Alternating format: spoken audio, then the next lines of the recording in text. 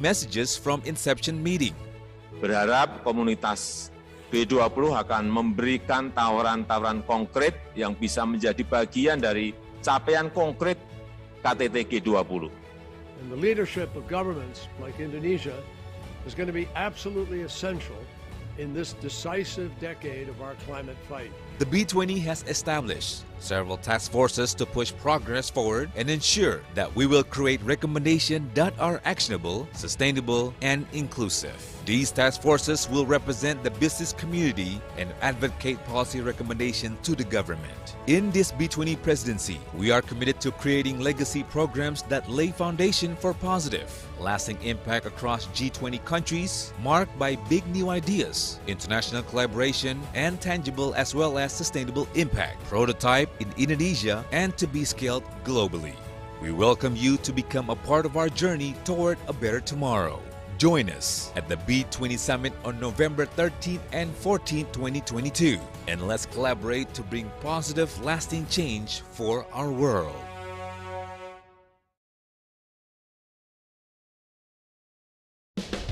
Indonesia is abundant with energy, which is produced from various sources in various forms and is continuously moving the dynamics of every life, every day. Pertamina has continued to be the leader for more than 6 decades, with commitments to perpetually innovate in bringing energy to life. Consistently giving the most in every exploration, production, and other business activity to produce the best energy worldwide. Delivering energy evenly to cities, to remote frontiers, so that everyone can use their energy and move forward together. Various initiatives are taken in developing renewable energy, such as geothermal, solar cell, biofuel, lithium battery, and even electricity. Together with its affiliates, Pertamina is committed to achieve energy sustainability, fuel the economy, and build the future. Pertamina ensures that energy is also available for the environment, education, healthcare, and community empowerment. Pertamina believes that every continuous innovation is the energy to step forward. Pertamina is the energy, driving force of progress for every part of life.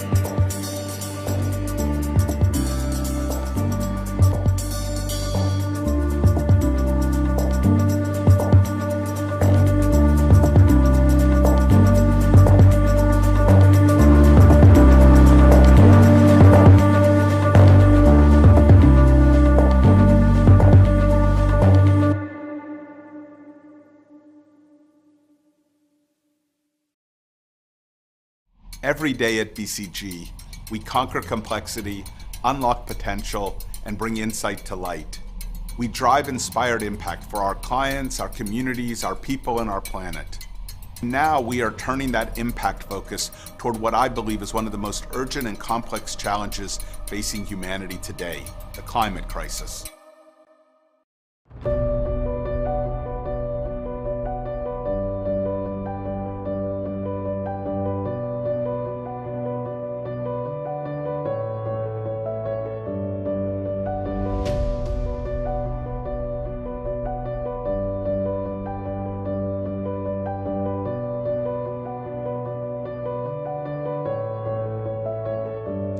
BCG has come a long way since our commitment in September 20 to reach net zero by 2030.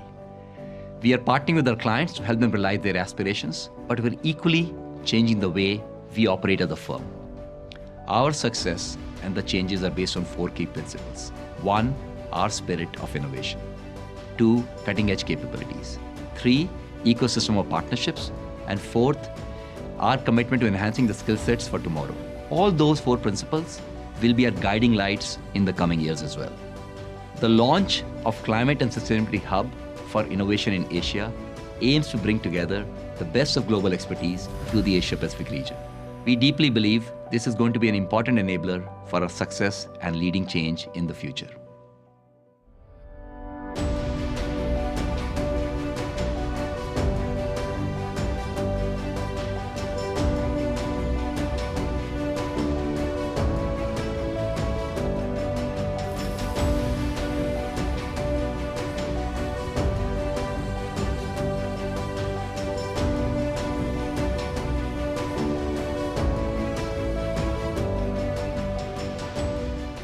Adding to our solid track record and expertise in venture building, the next frontier for us will be to grow green ventures. Creating a truly sustainable ecosystem will require a fundamental transformation of every sector of the economy, with innovation as a key for success. By mobilizing capital and funding for green investments, we will accelerate the growth of innovative solutions in the race against climate change.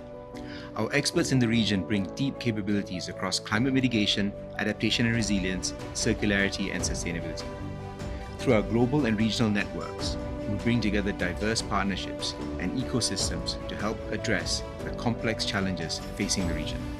Now, more than ever, there is a need for us to shape the next generation of talent in Asia who will play a vital role in changing the course on climate. In partnership with top local academic institutions, we will curate upskilling programs and opportunities for hands-on exposure to play our part in growing and diversifying the climate and sustainability talent pool.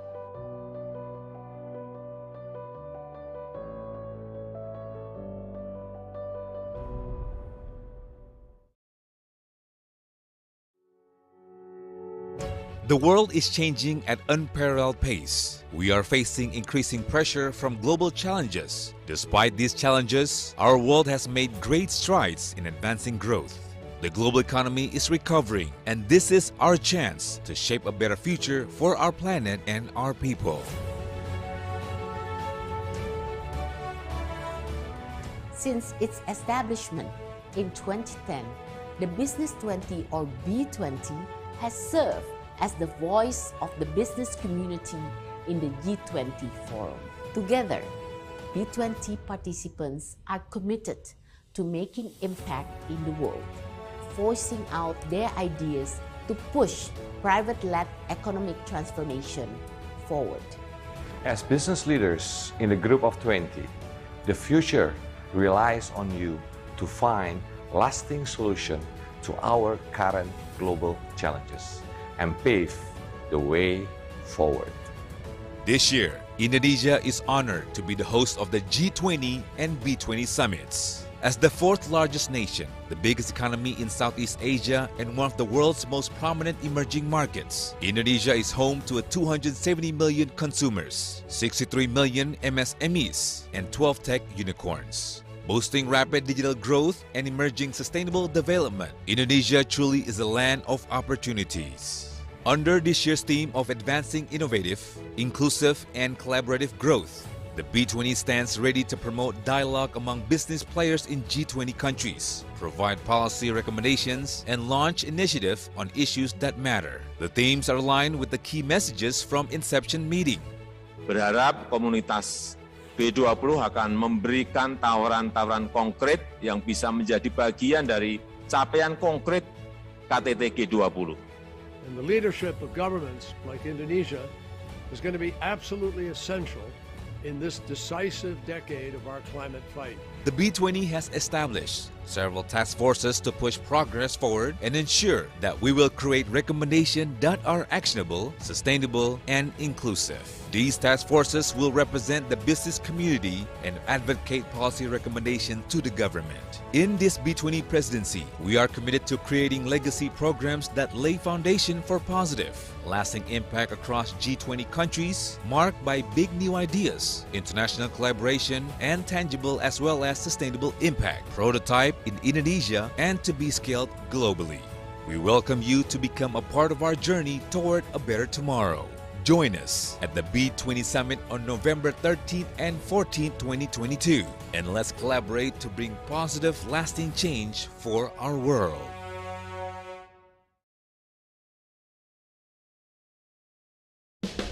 Indonesia is abundant with energy, which is produced from various sources, in various forms, and is continuously moving the dynamics of every life, every day.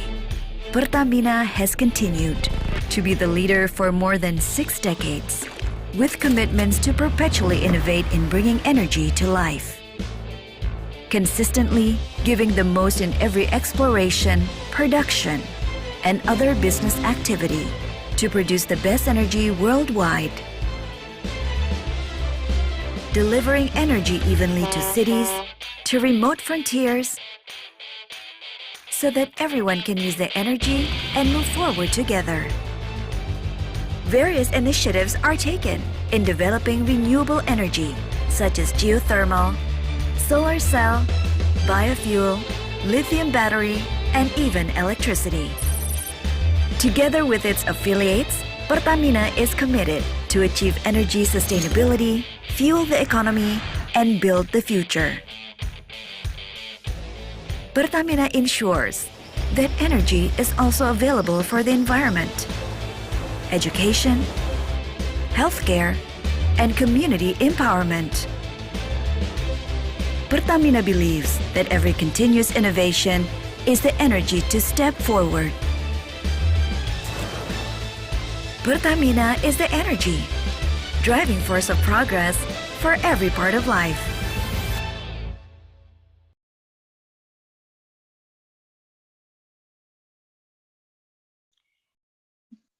Good morning, good afternoon, good evening, ladies and gentlemen. Mrs. Shinta Kamdani, Chair of B20, Indonesia, Mrs. Nika Widiawati, the B20 Energy Sustainability and Climate Task Force Chair, and President, Director, and CEO of PT Pertamina, and distinguished panelists and guests, welcome to the B20 Energy, Sustainability and Climate webinar on just and affordable transition. My name is Lenida Tobin. I'm a Managing Director and Partner in BCG. We are to represent BCG as one of the knowledge partner of B20 Indonesia ESC Task Force, and I will be your host and moderator today.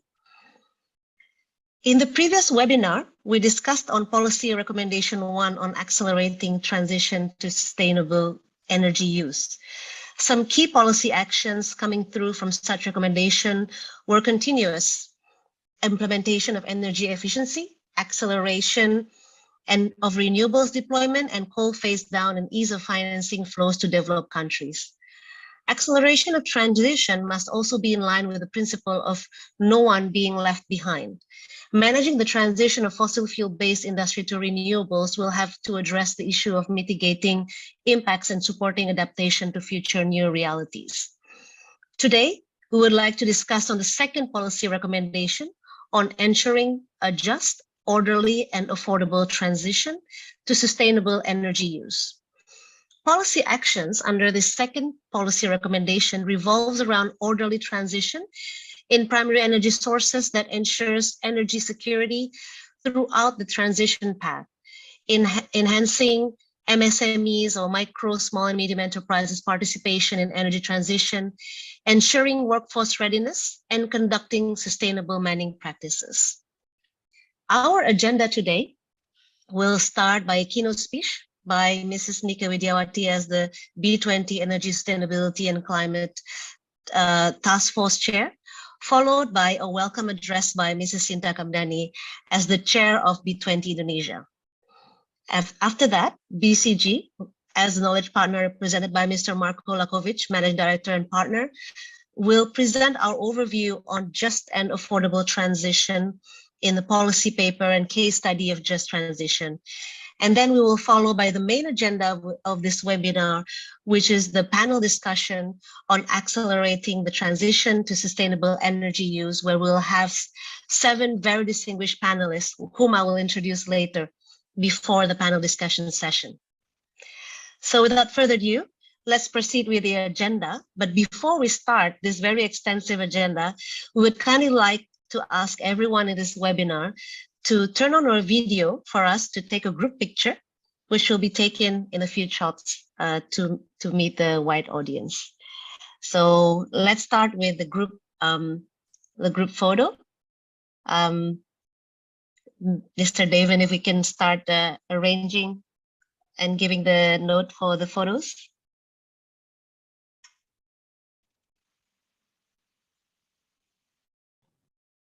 Thank you. Bapak Ibu, please turn on your camera and we'll take a photo. Maybe KM team, if you would show the layout for the photo.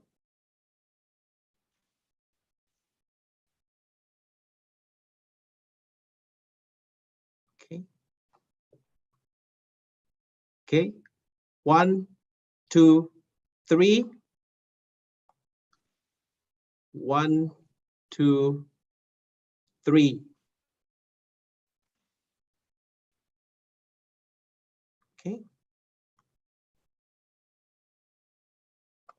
Okay. Okay, thank you. Okay, so thank you. Thank you, everyone. So now let's proceed with our first agenda. And I will give the screen to Mrs. Nika Widiawati as the B20 Energy, Sustainability and Climate Task Force Chair to give her keynote speech. Ibu Nika, the screen is yours.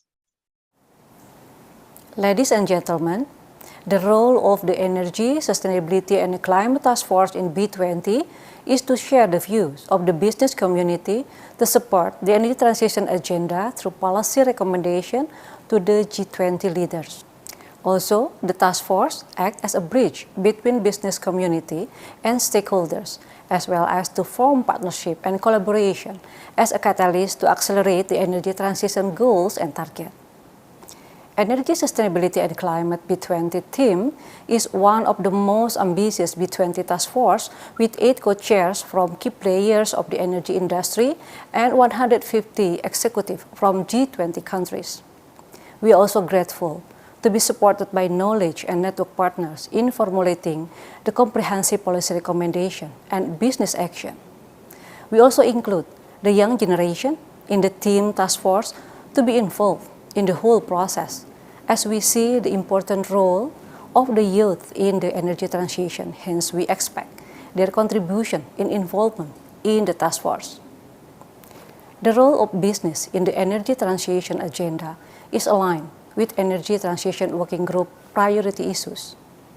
The business community is imperative for 3 key pillars of the energy transition, which are: first, securing energy accessibility; second, smart and clean energy technology scale up; and 3, advanced energy financing.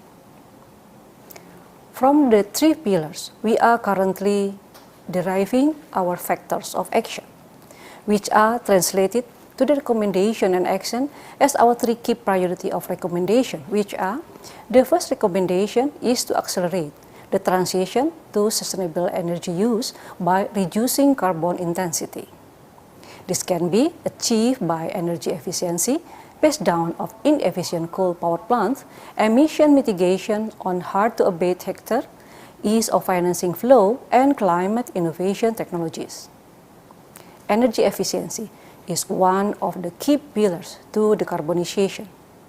Achieving this requires the combination of adopting energy efficiency, technology, behavioral change, and electrification that G20 countries can support through developing clear government pathways, financial and non-financial incentive, infrastructure development and access, and cross-country and intra-country collaboration. Phase down coal-fired generation and accelerating renewable energy deployment as one way to address global warming and climate change Carbon emission from coal-fired generation will have to be reduced through multiple ways and must be adjusted based on countries' circumstances. For this initiative, we recommend G20 countries to set up sustainable source biomass supply for biomass co-firing, facilitate the adoption of sustainable ammonia co-firing, CCUS, and motivate the retirement of old innovation plants and accelerate deployment of renewable energy. We also recommend accelerating carbon emission mitigation from the hard-to-abate sectors of the economy, where government can look at increasing the adoption of biofuels and blue and green hydrogen. Industry incentivization, support for innovation, and devising clear framework and target for this alternative fuel in the future will be key to accelerate the decarbonization of the hard-to-abate sectors. Ease of financing flow from developed country to developing country are very crucial in the clean energy transition. The availability of capital is vital. Financing flow can also be difficult for many developing countries due to lack of data on country-level climate risk and vulnerability data, limited information services that can be used to guide investment decision-making, lack of clarity on the government's capital investment gap to achieving transition goal and/or where private investment is needed, and low perceived of actual risk-adjusted return on investment. We recommend setting up a public policy to incentivize green investment, enable global coordination, and harmonizing sustainable finance taxonomies, and support the move to global reporting standards that give relevant information to investors and other stakeholders. Climate and innovation technology are critical enablers of delivering climate change successfully. This can be applied to all areas that contribute to carbon emission, like manufacturing, electricity generation, and others. However, each country should consider its own resources and capability to catalyze innovation. Accelerating climate innovation can be supported by establishing clear government pathway and programs, laying out policy and regulation for climate innovation, funding support, and fostering global and international ecosystem model. As such, it will be much appreciated to acquire the support of business community on our recommendation in energy transition through global collaboration to share knowledge and financing for innovating new technology or current technology, such as CCUS, especially for the hard-to-abate sector, renewable and hydrogen technology. Ladies and gentlemen, the second recommendation is to ensure a just, orderly, and affordable transition to sustainable energy use. This can be achieved by addressing 4 key areas: orderly transition primary energy source, medium-small enterprise participation in energy transition, workforce transition readiness, and sustainable mining practice. Orderly transition in primary energy sources is important, as energy transition should not jeopardize energy security. The policy paper has considered alternative energy sources such as natural gas, hydrogen, nuclear power, hydropower, and other depending on the stage of each country, as there is no one-size-fits-all solution. Thus, G20 countries should establish a short-term roadmap to accelerate phase down of carbon intensity fossil fuel, clear nuclear energy policy and application, and global support on developing institutional capacity and government frameworks. Micro, small, and medium enterprise are a crucial component of economic growth in developed and developing countries. They are able to participate in the energy value chain, for example, waste collection for biofuel. Thus, it is crucial that G20 countries promote incentive, funding accessibility, and educational programs to alleviate the finance and capacity constraints faced by micro, small, and medium enterprise who want to participate in energy transition activities. Workforce transition must be accelerated given the rapid pace of climate transition to respond not only to direct job affected but also indirect impact and future workforce. Thus, it is important that G20 countries conduct long-term strategic workforce planning, set up policy and regulation to support inclusive upskilling and timely workforce reskilling for energy transition. This can be enabled by global collaboration and regulatory incentives. The fourth one is on sustainable mining practice. The global attempt on mitigating climate change will require a substantial amount of critical minerals to build clean and low-carbon energy technology. The environmental and social impact from mining activity need to be addressed together with positive government practice in order to help alleviate the adverse impact. Therefore, it is important that G20 countries promote the adoption of globally accepted reporting standards, support funding and incentive to reduce, reuse, recycle, and repurpose in mining, conduct targeted training and upskilling program, and cooperate between countries to accelerate the implementation of sustainable mining practice. As such, it will be much appreciated to acquire the support from the business community through sharing of knowledge, opening up investment and financing opportunity and resources for low-carbon fuel like gas and nuclear or practice in circular economy will be highly appreciated in order to transition the energy sources in a just and fair manner. Ladies and gentlemen, the third recommendation is to enhance consumer-level access to consume clean, modern energy. This can be supported by deploying integrated energy solutions, clean energy access to household and micro, small, and medium enterprise, and broad-basing of the transition. Deploying integrated electricity access solutions are crucial to expand energy access and enhance economic prosperity. However, they are still lagging electricity access target, especially in developing countries. A combination of key enablers is to be enforced for off-grid and microgrid, such as supportive regulation and policy, robust financing support, and strong community enablement. For grid extension, it is also crucial to consider the implementation of supporting market structure, for example, open access for transition and distribution grid.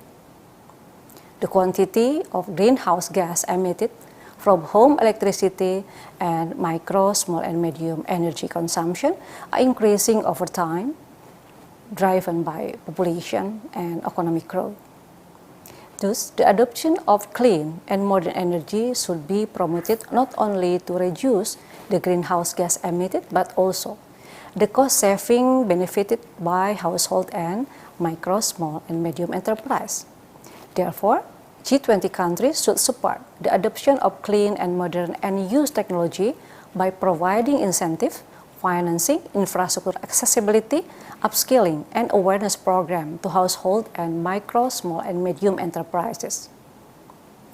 Broad-basing of the transition, especially across the developing country of the G20 and beyond, will require a range of measures targeted at reducing the cost of the required energy transition investment to address affordability barriers. G20 countries should ring-fence their carbon pricing revenue from fossil fuel subsidy reform, carbon tax, and permit auction for energy transition investment, and earmark a portion of carbon pricing revenue in developed countries for funding a pool of capital to finance energy transition investment in developing countries, and to allow listing and trading of emission reduction generated from projects in developing countries in the emission trading system of developed countries as a way of channeling finance to developing countries.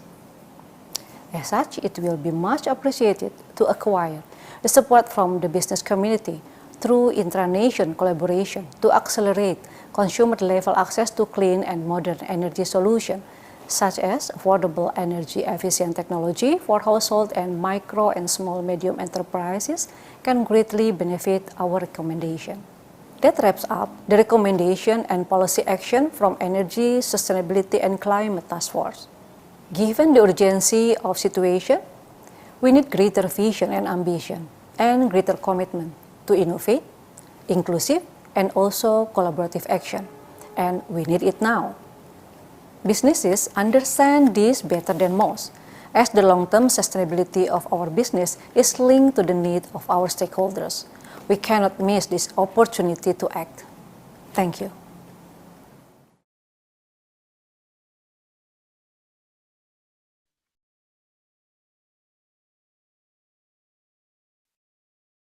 Thank you very much, Mrs. Nika, for the great summary of our recommendations and policy action. Just to remind everyone of the content that we have developed together with the task force and knowledge partners, and in many collaborations around.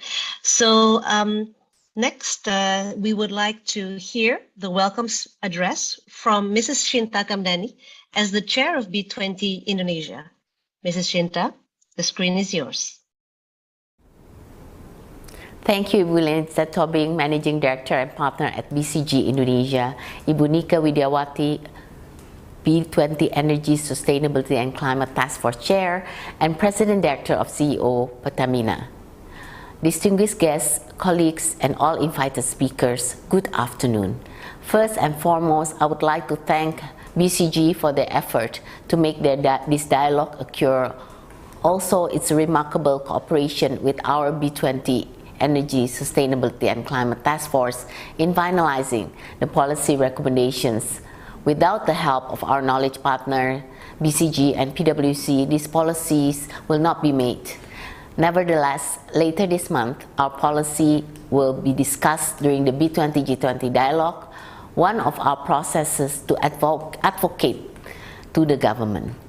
After a series of business government dialogues, we will deliver our ESC policy recommendation to the G20 leaders at the summit. In parallel, I hope the private sector will start to embed this policy recommendation into action. By all means, the private sector and the government should work together to help push our aligned commitments further in order to have a sustainable future. I believe with the support of the policy recommendation, the targets will be achieved swiftly and accordingly.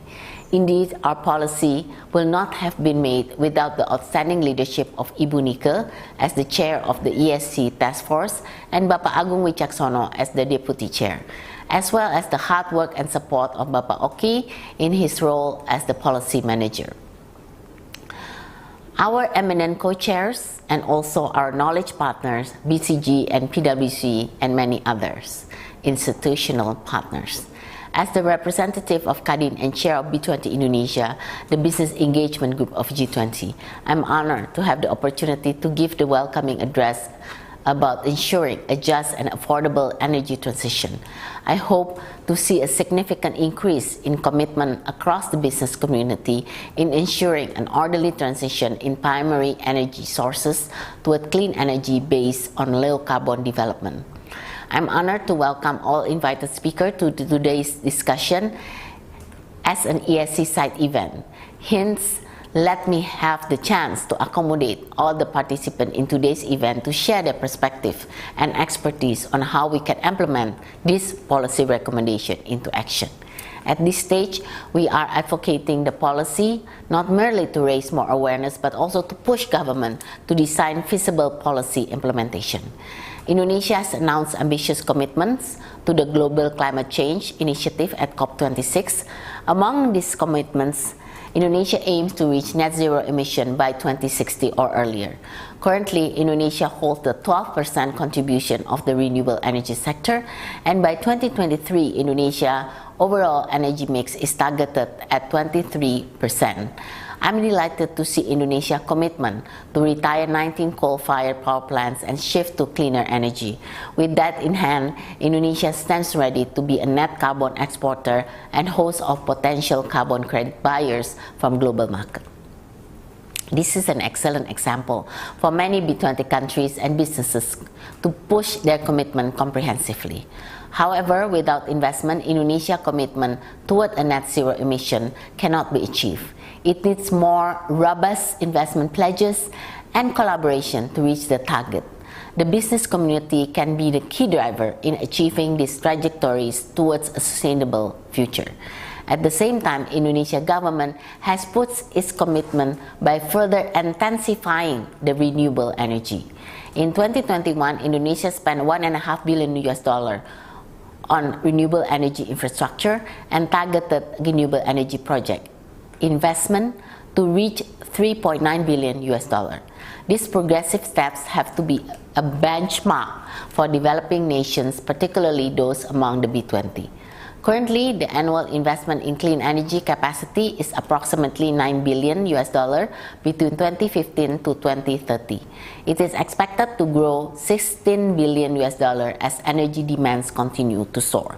The BCG estimated that $2 trillion in investment is required to increase the clean technology to limit global warming to the off-state goal of 1.5 degrees Celsius. Through this investment, the energy transition will occur more smoother and more rapidly than before.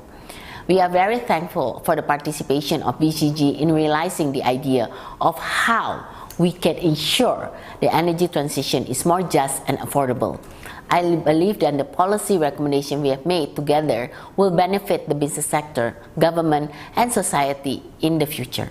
Furthermore, this will make MSME essential in the energy transition by implementing the green economy in their business. Starting from the grassroots level will create a mindset in the business sector that a green economy must be part of their business model. Nevertheless, implementing this in their business will create new knowledge for the workers, which eventually will also increase human development to understand more about the technology advancement of renewable energy. All in all, I'm happy to hear that BCG is pushing the business sector to ensure MSME participation in energy transition activities with financing and capacity building. We are convinced that private sector will play an essential role in ensuring the energy transition is just and more affordable, creating a balance between economic productivity, growth, and sustainability. B20 Indonesia support the initiative made by the government and business community that promote the use of catalytic capital from multilateral banks, foreign governments, and philanthropies to increase investment allocated for the global change the B20 and G20 strive for. Through this dialogue, we aim to remind the private sector and all related stakeholders to stay committed to the green agenda. We encourage business to implement B20 policy actions that ensure a just and affordable energy transition. However, we should not stop here. We can still develop more plans to adopt and implement technological innovation and programs that will fulfill education and retraining needs. In all these plans and aspirations, the role of business is crucial because business are the ones who will bring this innovation to society and guide every sector to enhance its knowledge capacity, productivity, and skill. The collaboration of business and government will benefit our entire labor force by upscaling low-wage workers and making sure that no one is left behind by this transition, our policy, and global changes. We understand that energy transition is a complicated process and it needs more commitment and consistency in order to make the transition achievable. Yet, this does not favor poor and unorderly execution. Based on the policy recommendation, the B20 Indonesia has to be conducted in a just and organized manner to mitigate the loss of jobs incurred by the energy transition. By the end of the day, we aim not only to create the technology, but also to ensure that nobody will be harmed by the energy transition, including skilled fossil fuel sector employees. During the transition, roughly 8 million jobs can be lost, with 5 million jobs from the fossil fuel industry alone. However, these losses are offset by the 30 million new jobs generated in clean energy, efficiency, and low-emission technology by 2030. International Labour Organization have stated that the transition to a net zero emission will lead to an overall increase in energy sector jobs. On the other hand, renewable energy industry also hosts a more inclusive workforce that of fossil fuels. Women could make up 32% of total jobs in the renewable energy sector, compared to 22% in high emission energy. For example, more than a fifth of the 1.5 million jobs in the wind power are women. By helping women work in the renewable energy sector, we are simultaneously giving women the chance to improve their skill, bolster their education, and earn fair wages. Ultimately, this promotes gender equality and an empowered female workforce that is much needed in this day and age. The renewable energy sector is not merely saving climate change and bolstering economic development, but also creating new opportunity for a more inclusive workforce. Our Energy, Sustainable and Climate Task Force will push the enhancement of global cooperation on ensuring a just, orderly, and affordable transition to sustainable energy use across developed and developing countries. The ESC Task Force also strongly highlighted the importance of energy security, MSME participation in energy transition and transition readiness by ensuring the human capital availability to accommodate the changes. Through that, the ESC Task Force aimed to accommodate all the business sector and government to actively participate in the ESC Task Force initiative and support the execution of the policy action to ensure a just and affordable transition. We are measuring the capacity to meet current and future energy demand in pushing the acceleration of sustainable energy use and fossil-free recovery. The B20 Indonesia and ESC Task Force are well prepared to deliver the policy recommendation into action. We aim to inspire and influence stakeholders to execute our policy action to make the energy transition plan just and affordable to society. Policy recommendation produced by ESC Task Force of B20 Indonesia covered issues and interests related to the energy transition. First, enhancing global cooperation on ensuring a just, orderly, and affordable transition to sustainable energy use across developed and developing countries. The business community and government should support this policy to ensure that this is in the form of ensuring an orderly transition in primary energy sources, ensuring MSME participation in energy transition activities with financing and capacity building, assisting transition readiness by ensuring human capital ability to accommodate change, example, transfer of knowledge, upscaling, and workshop, ensuring sustainable practices for mining essential minerals for energy technology. Second, enhancing global cooperation on consumer-level access and ability to consume clean and modern energy, which required policy actions such as accelerating deployment of integrated electricity access solutions, including off-grid with community participation and grid-based electrification to expand energy access and enhance economically prosperity. Facilitate adoption of technology by household and MSME for efficient, clean, modern energy use. Ensure broad basing of the transition by addressing affordability barriers in developing countries. As you might have heard, B20 Indonesia strives not only end with policy recommendation, we aim to make our work here last beyond the B20 presidency through the legacy programs. Two of them have high relevance with the energy transition efforts. First, the Carbon Center of Excellence that will help business understand and navigate carbon trading topics through its Knowledge Hub and Practice Sharing Center. By increasing business knowledge and capability to develop the business case for green projects, we aim to increase the number of bankable, sustainable projects that are available for financing. Second, the Global Blended Finance Alliance, a new multilateral organization designed to scale and replicate technological and financial innovation and solution, including blended finance, to unlock investment in climate action and the SDG managed by Trihita Karana.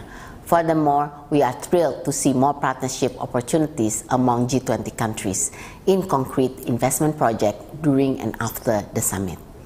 I am delighted to see how the ESC task force has driven more commitments on this matter. The B20 and G20 are aligned through the set of priorities that the G20 has. For instance, in the energy transition, B20 aims to strive for the business community to support the G20 big agenda in this priority. Overall, B20 Indonesia, which represent the business sector, bring aspiration and voices not only from large corporations but also from other business components, including the energy sector companies. Various policy recommendations have been produced which are currently in the process of advocating the government. We are confident that B20 G20 will continue to produce good results for a smooth, just, and affordable energy transition with solid cooperation. The key to achieving B20 G20 goals is global cooperation and solidarity. Strengthening relations between the business of the G20 countries and worldwide is crucial to our policy recommendation. To facilitate the need, the B20 established the B20 Connect that provides member networking and business opportunity through trade and investment matching. Businesses can showcase your products and projects while engaging with potential investor and business partner.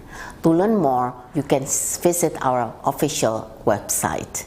I would like to end by stressing how none of our goals and aspirations will be achievable without partnership and collaboration. The B20 strive to not only create policy and goals, but also create actual progress and concrete results that will benefit the business community and our economies. So in this mission of creating innovative, inclusive, and sustainable growth, hence, let's not forget to work together to push for solid action from the G20 government this year in energy transition. Thank you very much.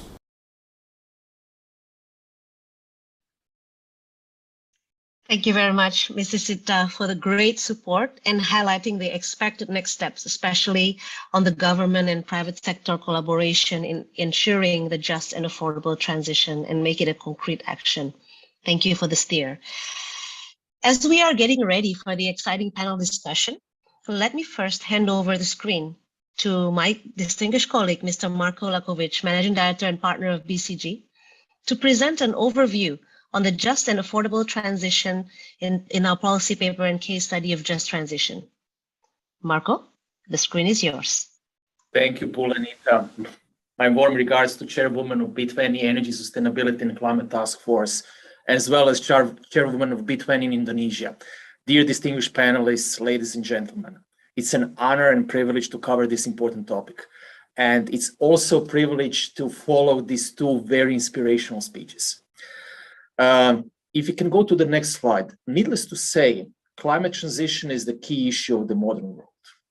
However, in order to bring a sustainable change, the climate transition also needs to be both just and affordable in a way that's inclusive and ensures not only that climate, but also economic and social goals can be met, breaking real or perceived compromises.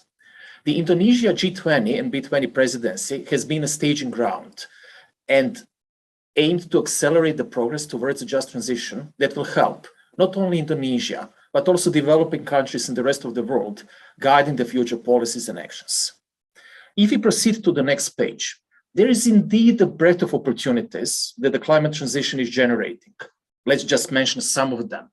From the capital steering into the climate-related investments, with private sector committed to more than $130 trillion only for the climate transition.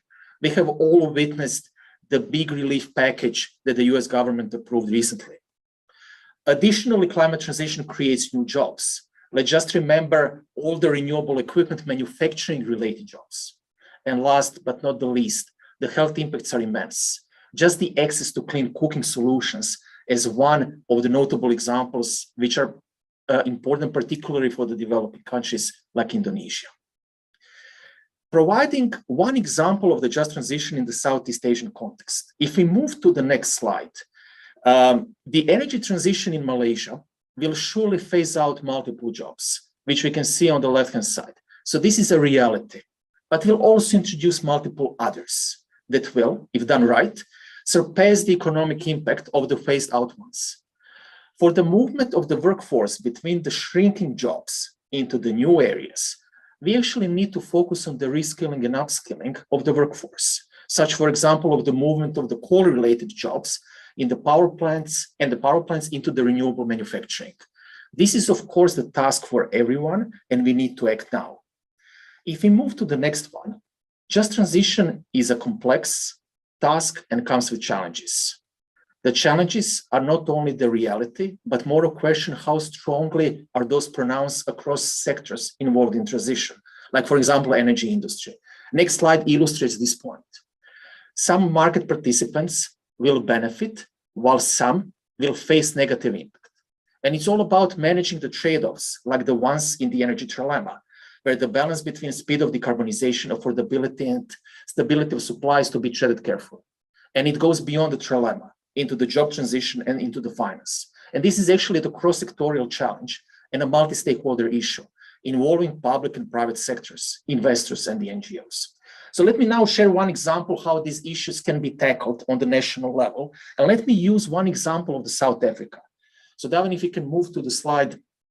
South Africa is a country with a lot of similarities to Indonesia. It's a large and developing country with actually strong reliance on the carbon-intense fuels. So the starting point for the energy transition is not great, but this is not an excuse why the just part and the affordable part could and should be forgot. Moving on to the next one. Because of the heavy reliance on the coal, the cornerstone of the climate transition is actually the decarbonization of the power sector, which actually requires high renewable penetration. So we have a similar challenge like in Indonesia. This potentially creates a lot of new jobs in manufacturing, as we have seen in the example of Malaysia, but it's also a threat to the coal-related jobs, not only in the power plants, but also in the mining sector. Moving on, this large repivot of the power mix will require actually to secure a lot of financing. We are talking here more than $400 billion only for the climate transition financing. But there is also financing which needs to be secured to allow this transition to be done in the just and affordable way. So let me give you some of the examples of the ways how we can actually alter the course or tweak the course of the climate transition in order to achieve more just and affordable way.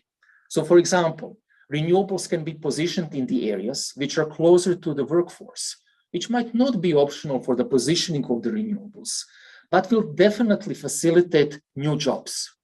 Or we can also build the domestic renewable manufacturing capacities in the zones with the immense mining activities. All of that requires new skills and requires education, which on the other hand requires investments. Moving to the next one, we are particularly proud of our work and our outcomes with the South African government in forming the Just Transition Plan, but also attracting the financing. So together, we managed to secure more than $8 billion through various financial instruments, like, for example, different government grants, different loans, and the risk-sharing instruments, primarily from the developed countries.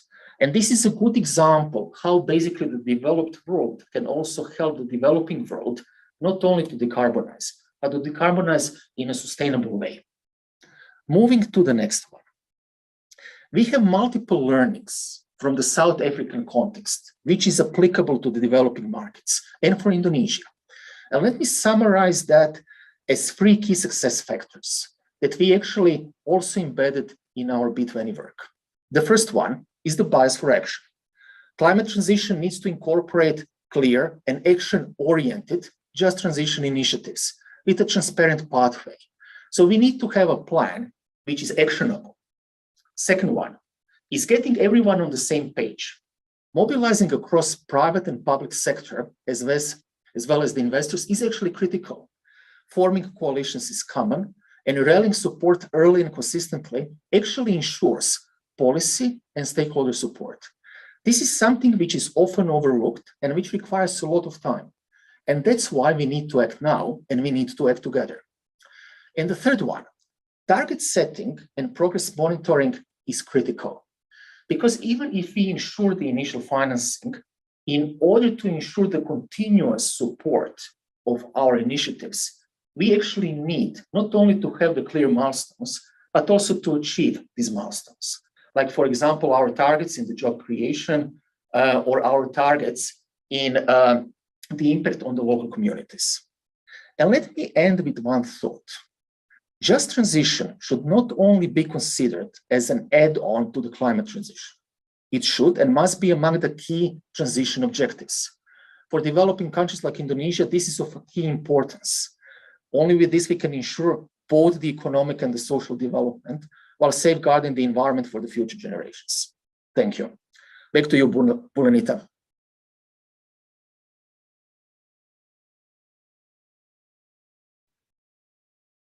Thank you, Marco, for the very insightful presentation and showcasing real case studies from our BCG work and on how other countries addresses just an affordable transition, like in South Africa, I just mentioned. That's very insightful to steer our discussion, and especially during our panel.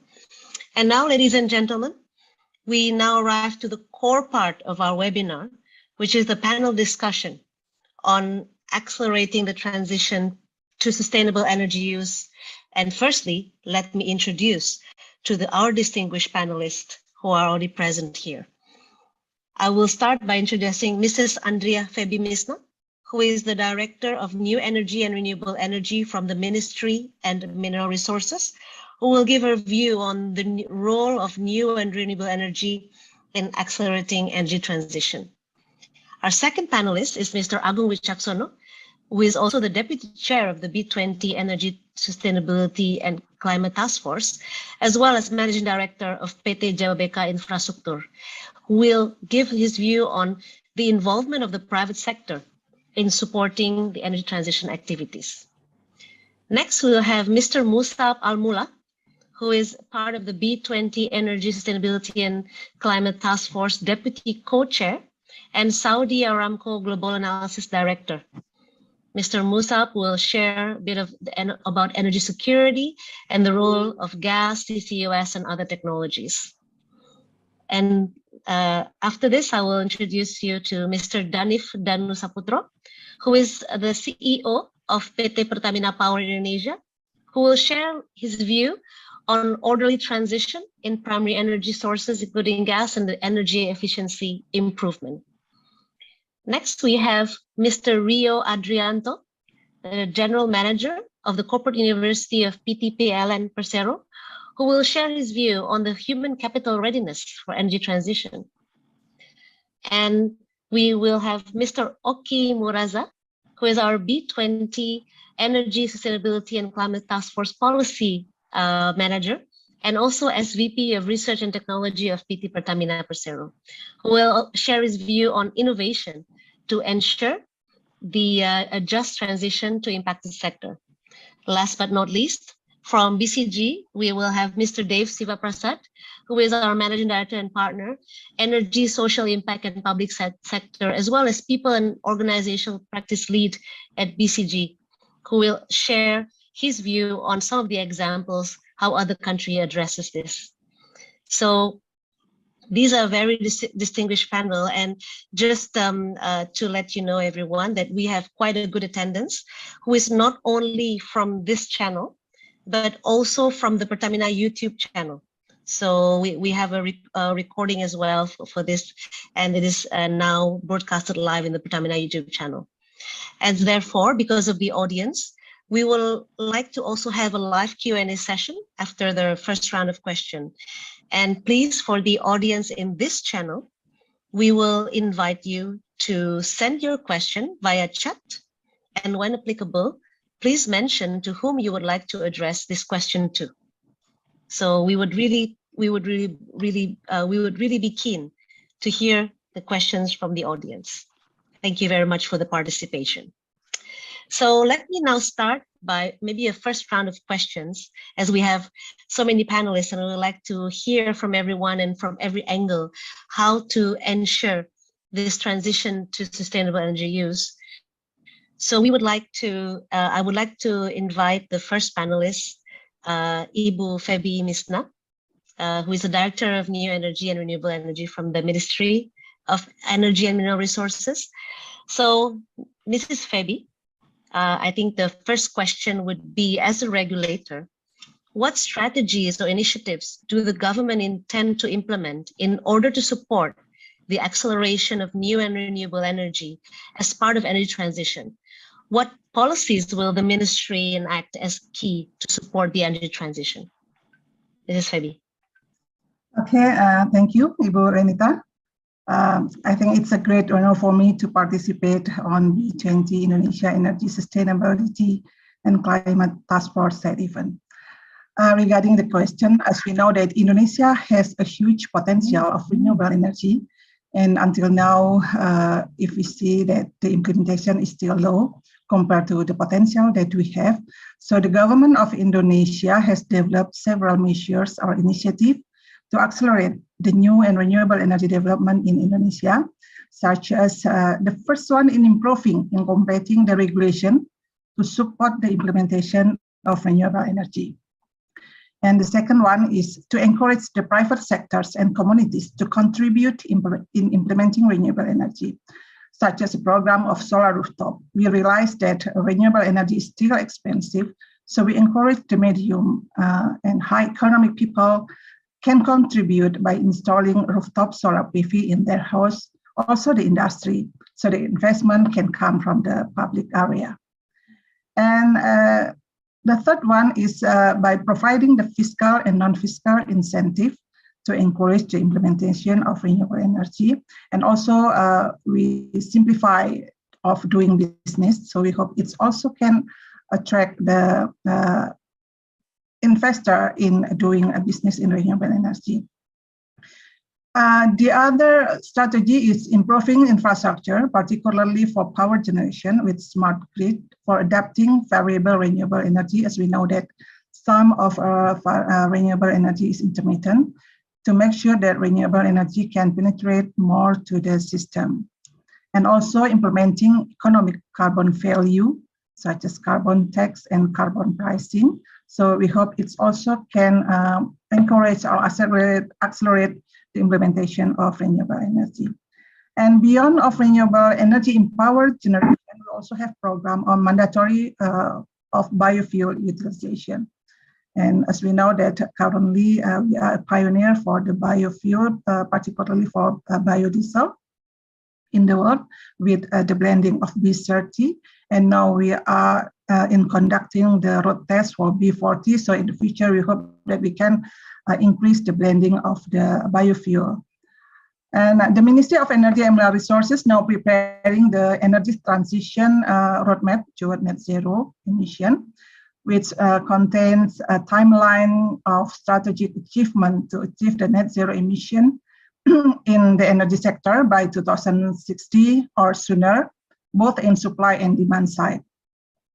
We will utilize our resource that we have, such as solar PV, solar resources, wind power, geothermal, hydro, biomass, biofuel, ocean energy, as well as green hydrogen and also nuclear energy. Currently, our net zero emission team is undertaking further exercise to define optimal emission reduction for energy sector by detailing demand and supply aspect.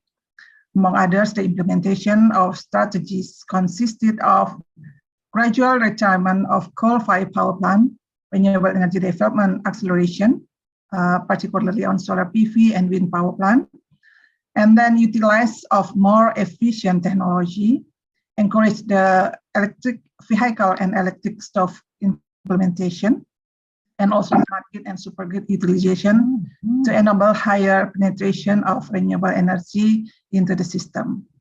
And regarding the regulation, we will enact key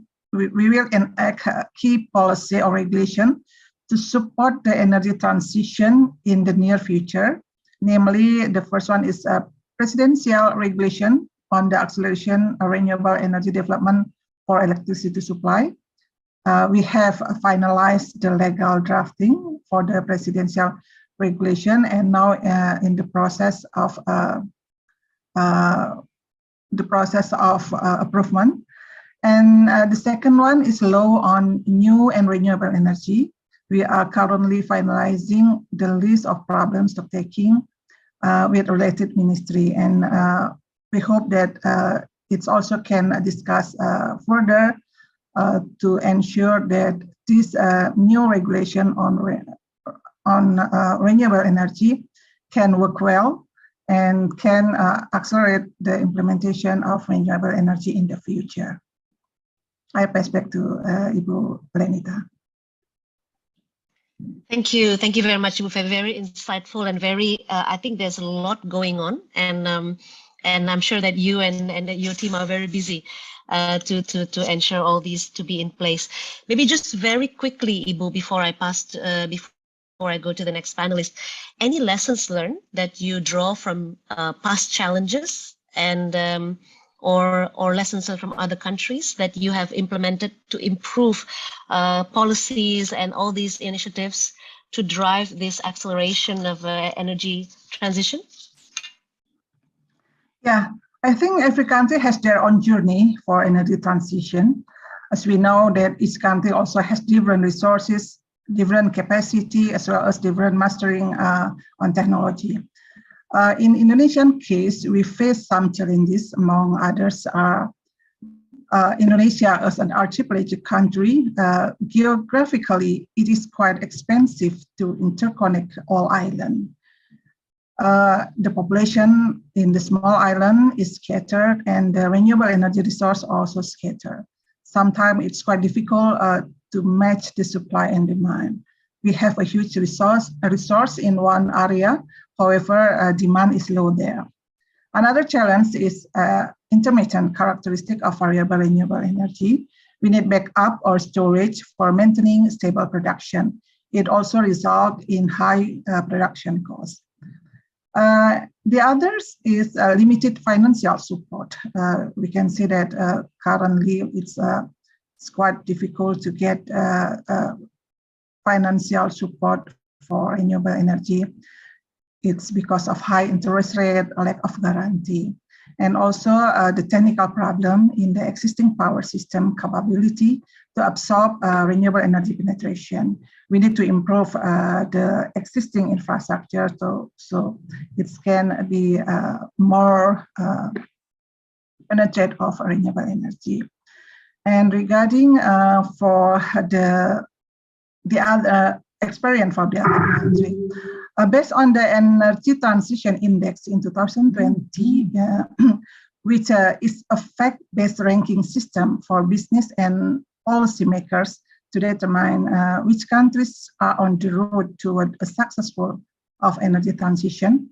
The highest rank of ATI index is Sweden, with a ranking of 74.2%, followed by Switzerland with 73.4%, and Finland, and then Denmark and Norway.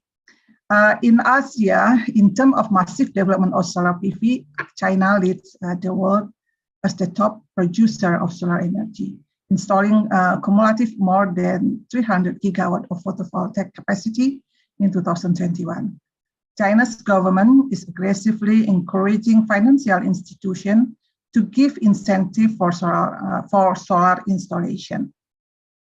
The subsidy by the government have helped in bringing down the cost of solar power, not only in China, but in the whole world. In ASEAN countries, lesson learned from Vietnam's success in achieving the renewable energy target, particularly in solar PV, are policy implication of the policy implemented by the government of Vietnam. A large part of Vietnam's success in the expansion of solar PV and wind turbine with a total capacity of more than 20 gigawatt by 2021. The Vietnam's government is committed to provide electricity and has strong support from the public in the implementation of clean energy. Low feed-in tariff and favorable investment environment have boosted Vietnam's renewable energy industry. Also, strong political support stable policy, and early preparation of the transmission system are the key of this success. We also can learn from Netherlands. Actually, they currently quite successful in encourage the implementation of electric vehicle as well as replacing gas with green hydrogen. They utilize the current gas infrastructure and change with green hydrogen produced from the wind turbine. The government also provides some incentive to accelerate the changes. So from some best practices, we can see that the role of incentive is quite important in energy transition. And the government of Indonesia also has mapped out several incentives, including tax holiday and facilities to create a better climate for the renewable investment ecosystem and further improve the ease of doing business in Indonesia. However, I think we have continuously learning the various lessons from successful countries implementing energy transition to adapt in Indonesia context. These lessons are including about technology, policy and regulation, transition management, electricity decarbonization, economy, and also enhancing the people. I think it's quite important how we also prepare the people for the energy transition. Thank you. Thank you, Feby, and I think this is very much, very insightful on the lessons learned and what's important for Indonesia, and also very much aligned with our recommendation and policy actions on the aspects of, especially on technology, people, in financing support, and so on. So thank you very much, Feby. Let me move on to, Pak Dannif, as the CEO of PPI. So, Pak Dannif, as we know, the energy transition requires an orderly process. We view that the role of low carbon fuels such as gas and renewables are both crucial as part of the process to ensure energy security during the transition. Pertamina, being the largest energy company in Indonesia, will play a crucial role in the energy transition nationwide, particularly through PPI, which is the Pertamina New and Renewable subholding. As we understand, you have three pillars of business under your portfolio: low carbon solutions, new and renewable energies, as well as future businesses. How does PPI, as the Pertamina New and Renewable subholding, intend to balance its portfolio between these across its pillars and to support this orderly transition? And how will this change in the future with the expected growth of renewables, especially as Ibu Feby has also laid out what the government is intending to do? Please, Dannif. Thank you, Ibu Lenita. Thank you for having me, BCG. You are correct that basically gas is still one of the options for the energy transitions, since it can compete with coal on the LCOE and have much lower emissions compared to coal. Thus, it maximizes the potentials for gas that Pertamina Indonesia has. So gas can be combined with carbon capture technology to reduce its emissions. So I think that will be the transition path. And following our business in our gas to power, we will improve significantly on our new renewable energy, entering into solar power, right? So we plan to increase our install capacity to 200 megawatt, mostly through captive business in the Pertamina Group. Obviously, we do have a geothermal business, a mature business that have huge potentials in Indonesia. We plan to basically double the capacity to supply through the grid. But beyond grid, we're also thinking to go into green hydrogens, brine to powers, and others. We also look into other primary energy on renewables through developments such as wind and tidals, because Indonesia do have huge resources and potentials. We just need to make sure that the affordability is something that can be achieved. But beyond supplying to the grid, We're also looking into providing new renewable energy for mobilities, right? Through green hydrogens. We believe this will be future energy that with zero emissions. So green hydrogen is one of the key strategic initiative for us, how to produce green hydrogen in the most economic way and at the scale that could make the difference. Hence, Pertamina, through Pertamina, new renewable energy could still become the key integral part of energy player in Indonesia beyond the energy transitions that has been laid out by the government. Thank you very much, Pak Dannif, for the insights and also the plan and transition for the Pertamina Group. So maybe if I move to from a national energy company to another national energy company, which is Saudi Aramco. As we know that we have here Mr. Musaab Almulla, who is a director of Saudi Aramco, but also one of the deputy co-chair of this B20 ESC task force. So, Mr. Musaab, we know that energy security is one of the most crucial topics when addressing energy transition, as Mr. Dannif has already also mentioned in what the Pertamina Group is intending to do. So, as also a national energy company, Saudi Aramco plays a critical role in ensuring energy security while embarking on energy transition. How does Saudi Aramco balance its portfolio to continuously meet energy security needs and energy transition goals? What are the challenges and lessons learned that can be leveraged, especially for Indonesia, which is also balancing energy security and energy transition? Please, Mr. Musaab. Thank you, Renita, and thanks for BCG for hosting this webinar and inviting me. Let me start by saying that I think the energy trilemma is historical since 1990s when industrialization started, and the three objectives of global challenges are trying to be met between energy security, energy affordability, as well as sustainability. And in the early 1900s, the affordability was the main objective at that time, where energy is the key to growing the economy at that stage. And then the 70s started energy security as a topic. Early 80s, the affordability is back when the emerging market started. I think we are in a world today where the three objectives really needs to be balanced. And I think this is, I would say, the dilemma of the linear thinking of the global energy transitions. In my opinion and my perspective, before I even talk about how Aramco look to things, these three objectives, security, affordability, and sustainability, is also in a matrix. The whole complexity of the energy system is increasing today.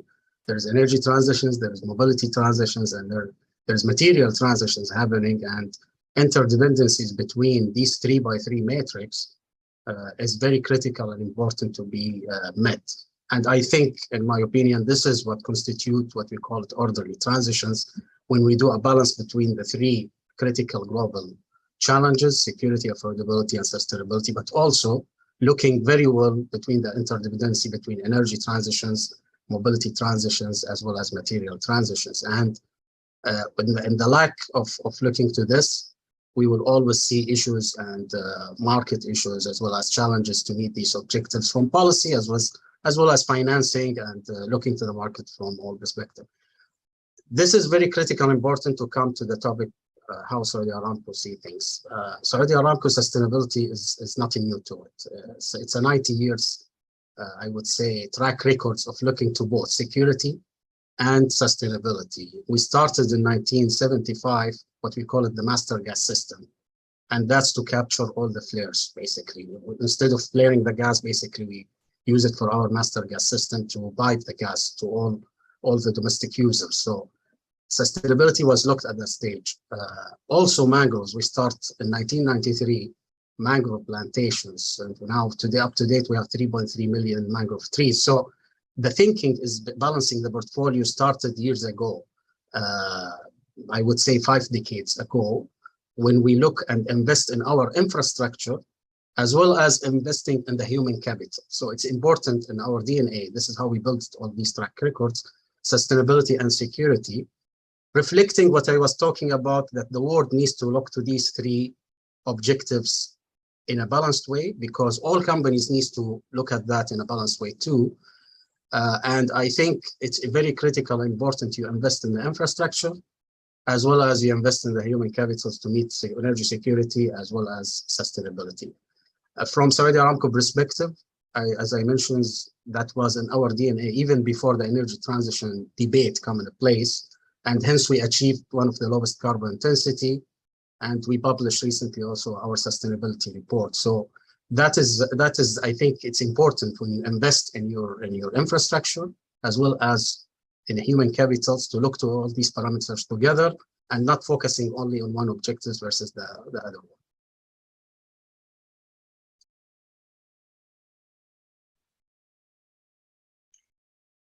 Thank you very much, Mr.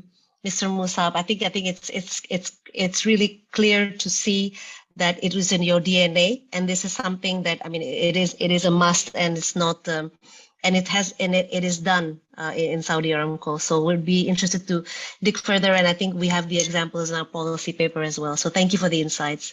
So let me now move on to how the private sector can concretely support this energy transition activities. And for that, I would like to invite Mr. Agung Wicaksono, who is also our co-chair and CEO of Jawabeka. So, Mr. Agung, as one of the largest industrial estate developers, one of Jawabeka's vision is to become a pioneer in green industrial estate. What are the key drivers for Jawabeka to proactively pioneer this and participate in the energy transition from the private sector? And what is Jawabeka's strategy to achieve this vision? And by achieving this vision, how does Jawabeka intend to contribute in the overall energy transition? Mr. Agung? Thank you, Ibu Lenita, and everyone in the panelists as well as the forum. It's an honor for Jawabeka to share also our vision and our journey in this energy transition. And if you ask me, what is the driver? Well, if we look at the commitment, the global commitment in Paris Agreement, it is always mentioned that the limit to temperature rise is always compared to the pre-industrial level era, right? And we are coming from an industrial estate company. So it is obvious when we talk about emission reduction, you cannot forget the role of industrial estate. And this is where we feel obliged, but also this is where we see the opportunity to actually contribute to this. Because from the setting, here at Jawabeka, we run an estate with close to 2,000 companies. And many of those companies are those that have the commitment to source their energy from renewable energy. Some even are in the RE100 companies, renewable energy 100 companies that aim to procure the energy 100% from electricity from renewable energy. And globally also, we know a coalition named CEIA, Clean Energy Investment Accelerator. One of our network partners at the task force of B20 ESC, WRI, introduced us to this. So with all this trend in the trust that is going toward this energy transition, I think it's a necessity for Jawabeka to move forward with this green industrial estate as a direction, especially also if we know it here in Indonesia, our government, has been supporting the development of green industrial estate, for example, in the island of Borneo, in the area where the future capital of Indonesia would be. So if you talk about going to green industrial estate, it is of course more important to also transition the existing industrial estate into green, apart from building industrial estate from scratch to be fully green.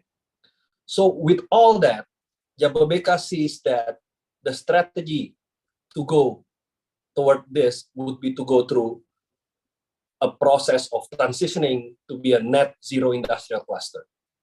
So globally, there's an initiative for a net zero industrial cluster. And again, we are working with another co-chair company of the task force, Accenture, to put Jababeka as a potential signatory. In fact, probably going to be the first signatory, not only from Indonesia, but also from Asia in this global initiative.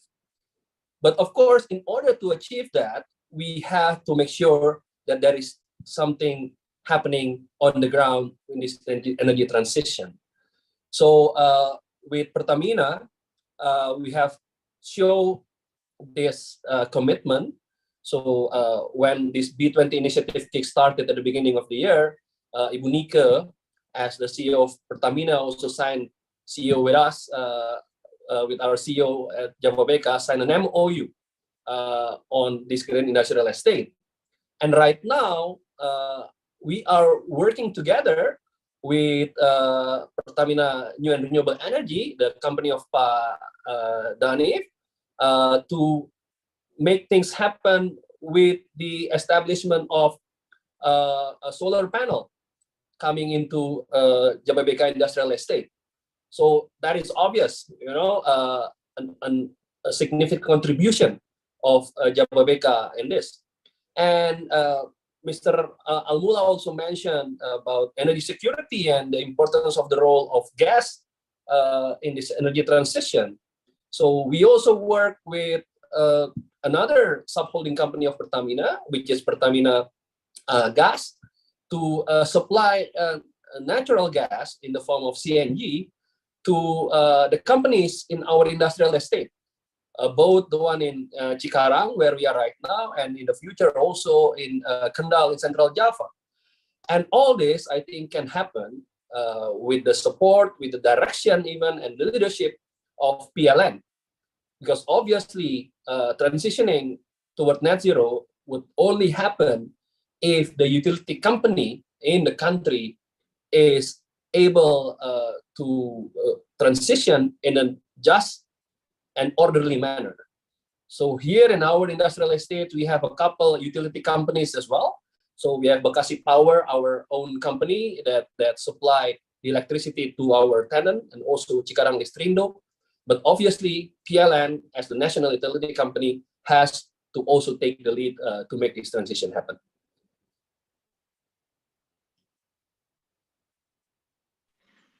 Thank you very much, Mr. Agung. So it's very exciting to see how the necessity for Jababeka to move forward in this transition. Very good. So let me move on to our next panelist, and I would like to give the floor to Mr. Oki Muraza, who is leading Pertamina's research and technology innovation, and how, I think it was mentioned many times, how the role of technology innovation is key. So we know that technology innovation will play a major role in accelerating the energy transition through invention of better technologies. However, we also believe that energy transition path needs also to be orderly. So acceleration of clean energy, for example, as Pak Dannif mentioned, hydrogen, will also fossil fuel-based businesses and technologies such as traditional oil and gas and mining. As the research arm in Pertamina, how does your organization or RTI balance the focus of its research and innovation efforts between new energies, for example, hydrogen, and decarbonization of fossil fuel, for example, CCUS? How should the priority be going forward to align the just and orderly transition path, especially for the Pertamina Group? Okay. Yeah, thank you, Bu Lenita. Thank you for colleagues from BCG and all speakers and everyone who is in this forum with us today. So this is very interesting question, Bu Lenita, as we know that we need to have a balance between the decarbonization and also new and renewable energy. Yeah. So considering that some of the technology are still in the development stages, so it is important to have portfolio in both directions. Yeah. For instance, in decarbonization route or decarbonization pathway, we would like to have lower emission while running our hydrocarbon business. Yeah, so this can be done by having CO2 mitigation, in which that we are developing technology for CO2 utilization. We are very proud that Pertamina has already pilot for CO2 utilization to product, and we are going to build a demo plan for CO2 utilization to PCC, precipitated calcium carbonate. And then we are also developing technology and partnerships in order to store the CO2, the carbon capture, utilization, and storage, in which that we are considering to store CO2 in depleted reservoirs, and also saline formation. Yeah, we have so many initiatives within this CCUS framework. And then the next one, of course, the low-cost carbon mitigation. This is including the natural-based solutions. And then the third part of decarbonization is basically energy efficiency. Energy efficiency is basically the backbone of decarbonization, in which that this is typical no-regret activities in which that we utilize the waste heat, waste heat utilization. We apply zero flaring, etc. And then when we come to new and renewable energies, Dannif already mentioned that Pertamina is lucky to have established geothermal business. Yeah, so here we are trying to apply geothermal research first to improve our geothermal activities, including we apply organic Rankine cycle, etc., in order to maximum the energy coming from geothermal. And then we also try to produce the green hydrogen from geothermal, as the potential is quite high in Indonesia, one of the largest on earth. We have more than 23,000 megawatt potential for green hydrogen. And the other hydrogen, which is also very potential in Indonesia, is blue hydrogen, in which that CCUS is the enabler. Yeah, this is basically in line with some of our initiatives that we developed with Saudi Aramco, with the team, in which that basically Mr. Almulla is working in Aramco. And then Indonesia is lucky to have enough sunlight and also rain within a year. This is important for us to promote bioenergy. This is already mentioned also by Bu Feby, in which that we probably have a series of catalysts which can convert the vegetable oil to green diesels and also green gasoline, etc. And basically, we would like to combine the power of natural-based solutions, in which that the leaves will work for CO2 mitigation, while the seeds will provide renewable oil for us. Yeah, this is we identify a number of trees which can perform both CO2 mitigation and renewable oil, such as Calophyllum, Inophyllum, Pongamia pinnata, etc. So those are technologies that we are developing, basically, Bu Lenita, in which that we are preparing Pertamina for today, which is basically the decarbonization and then reduction of CO2 emissions. And also we build ecosystems for the future, including the biofuels, hydrogen, etc. Thank you very much, Mr. Oki, for sharing in quite a detail what Pertamina is doing and how to balance this technology of accelerating new clean energies, but also fossil fuel-based businesses technologies. So thank you.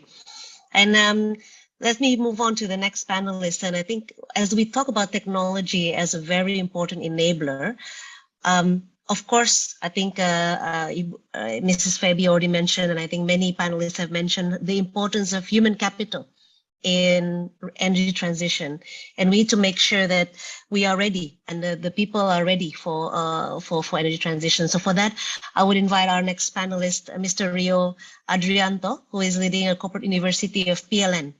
So Mr. Rio, as we know, one of the most important topics in just transition is energy accessibility to improve the quality of life of all people.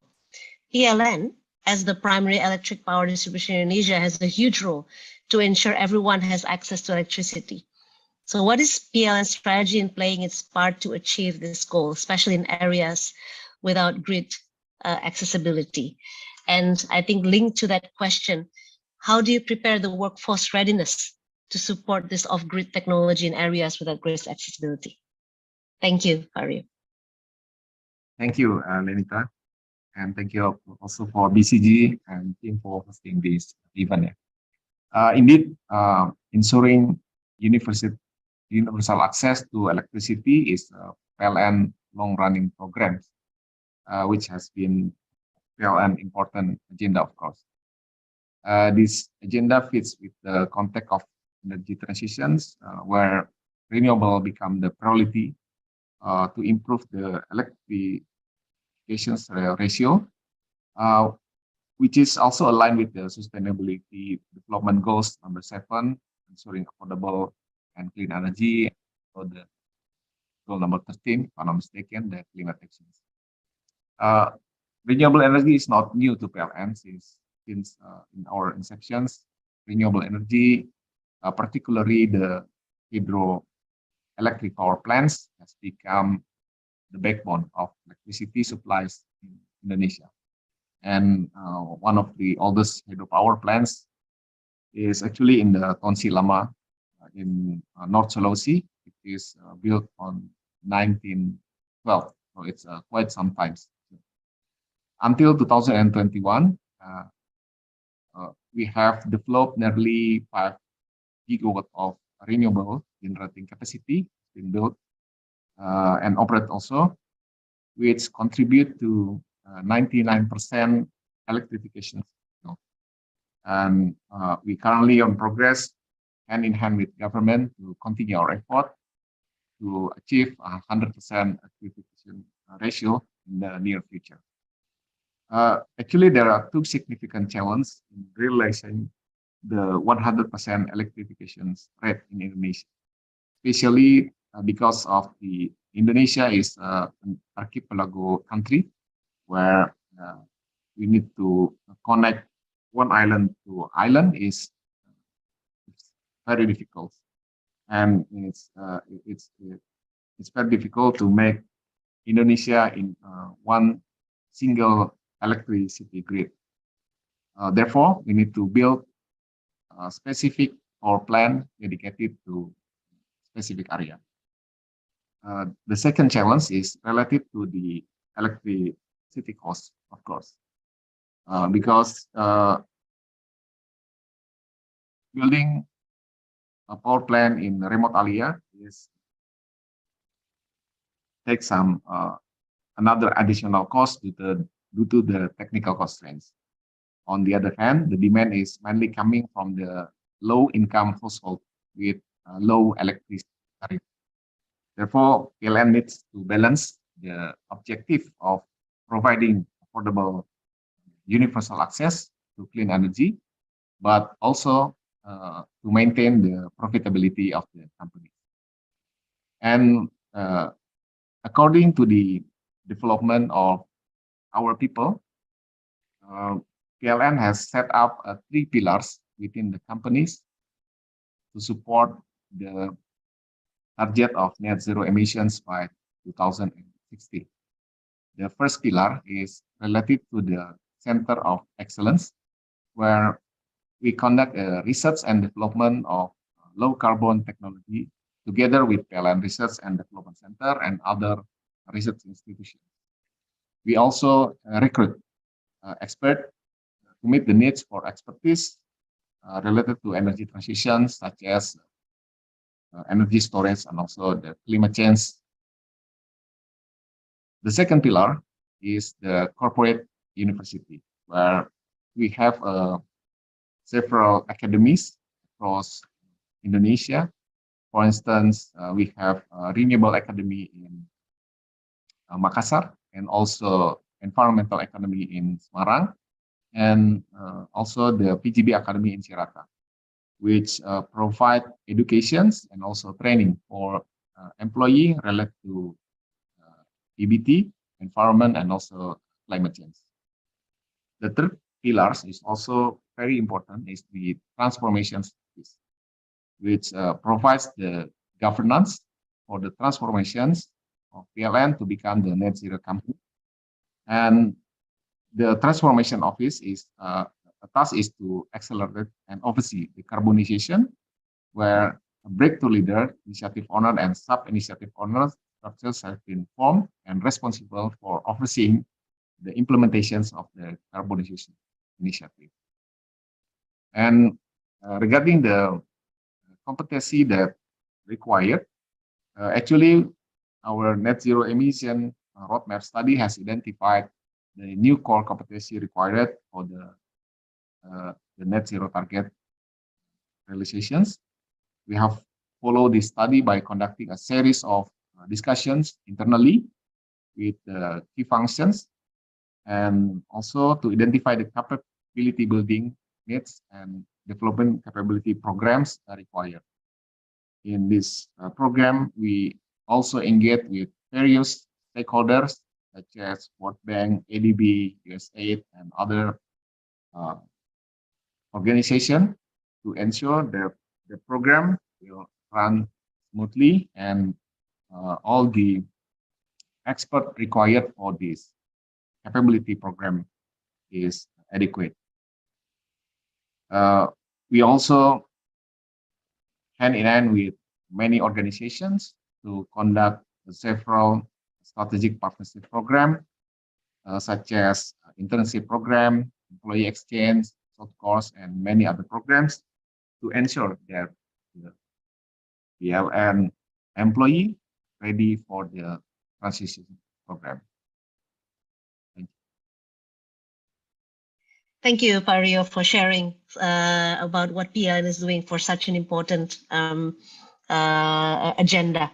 So maybe I'm just conscious of time and would like to hear from all the panelists. Let me move on to my colleague, Dave Sivaprasad, who is leading our climate, energy and climate practice in Asia Pac. So, Dave, I mean, looking for other countries and from your experience, right? As discussed, government policies play a crucial role, not only to accelerate into sustainable energy sources, but to ensure that the transition is a just, orderly, and affordable manner, as I think Marco has shared as well in South Africa.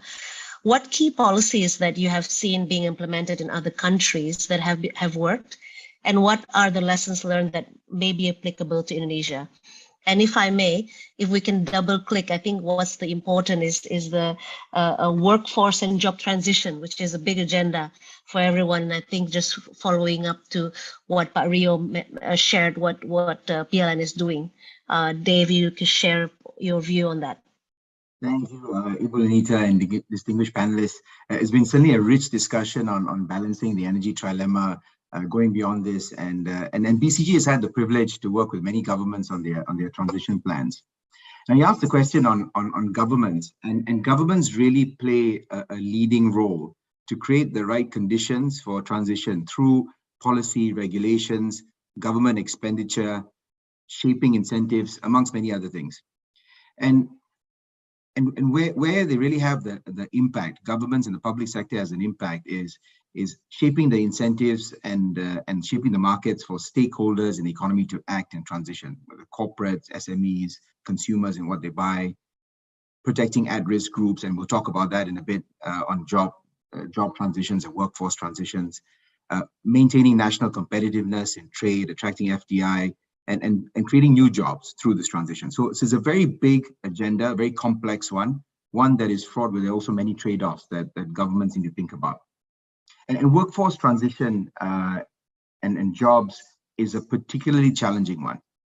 In many countries that we've worked with, 40% or more of the country's workforce will be impacted by transition. So managing which sectors decline and jobs start to diminish, and which sectors are growing where jobs are being created, and managing that transition is a high priority for many governments.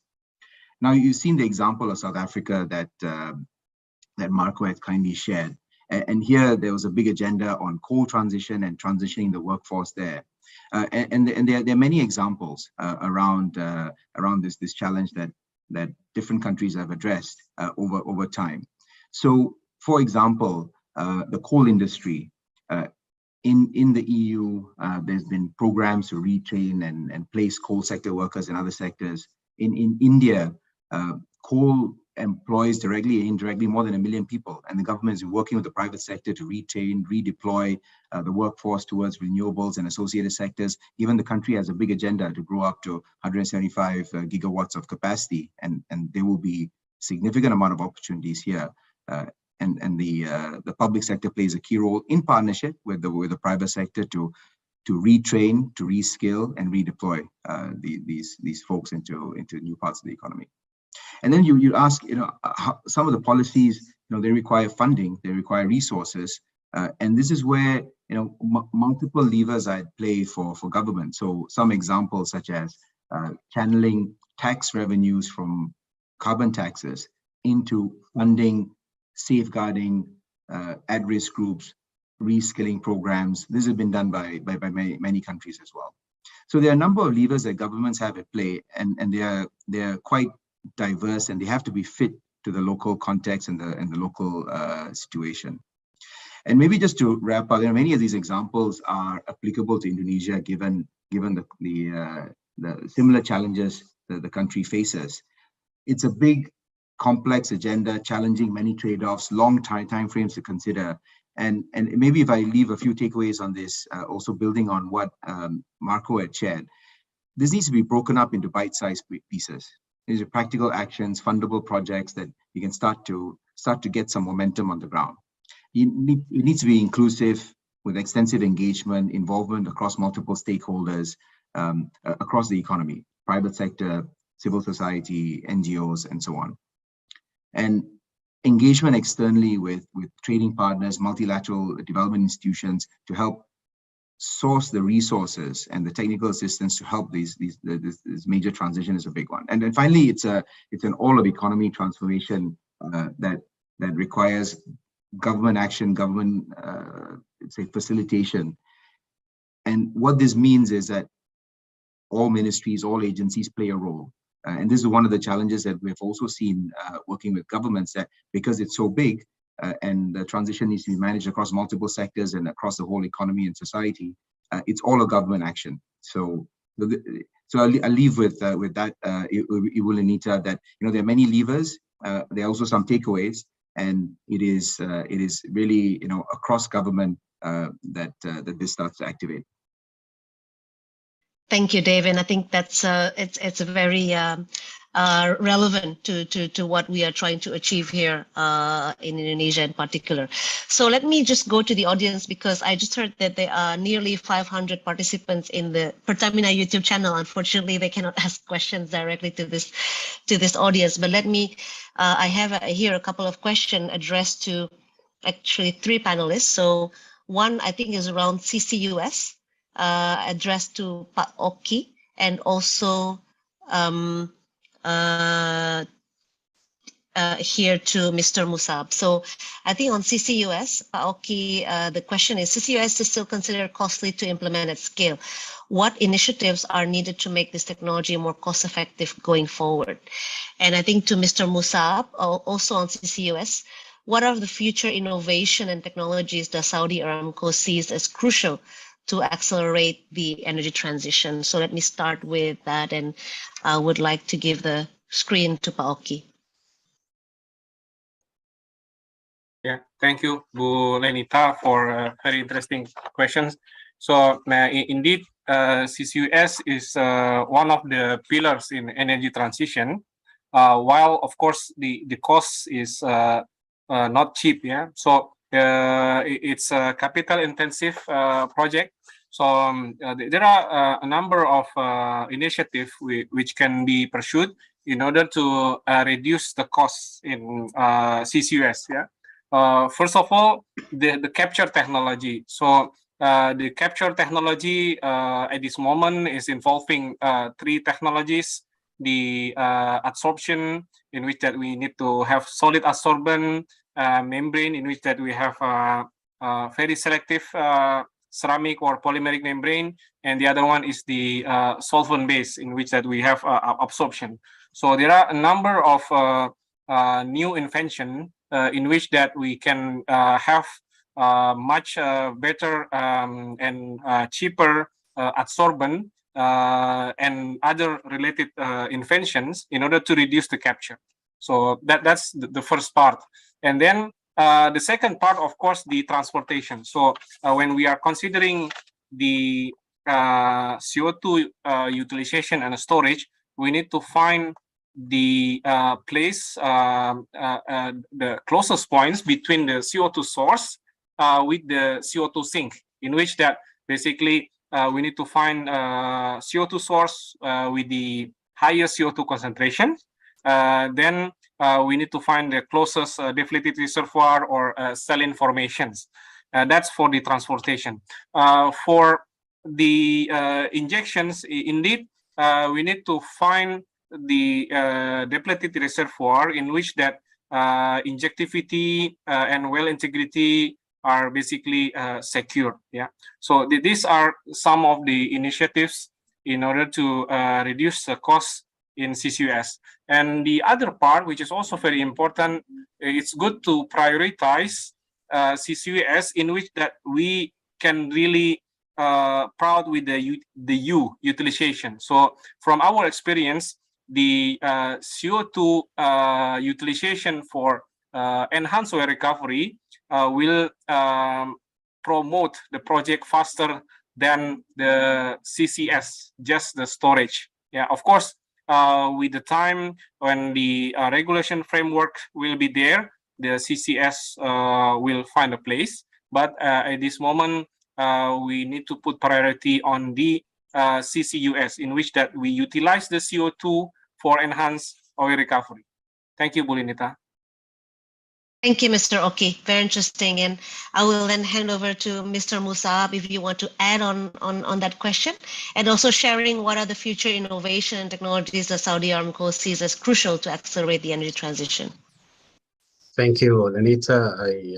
I think Mr. Oki addressed very well the CCUS component, which I believe that there is a pathway for it, and there is a path for scaling it up, not only from technology perspective, but also from policy and incentives at global level.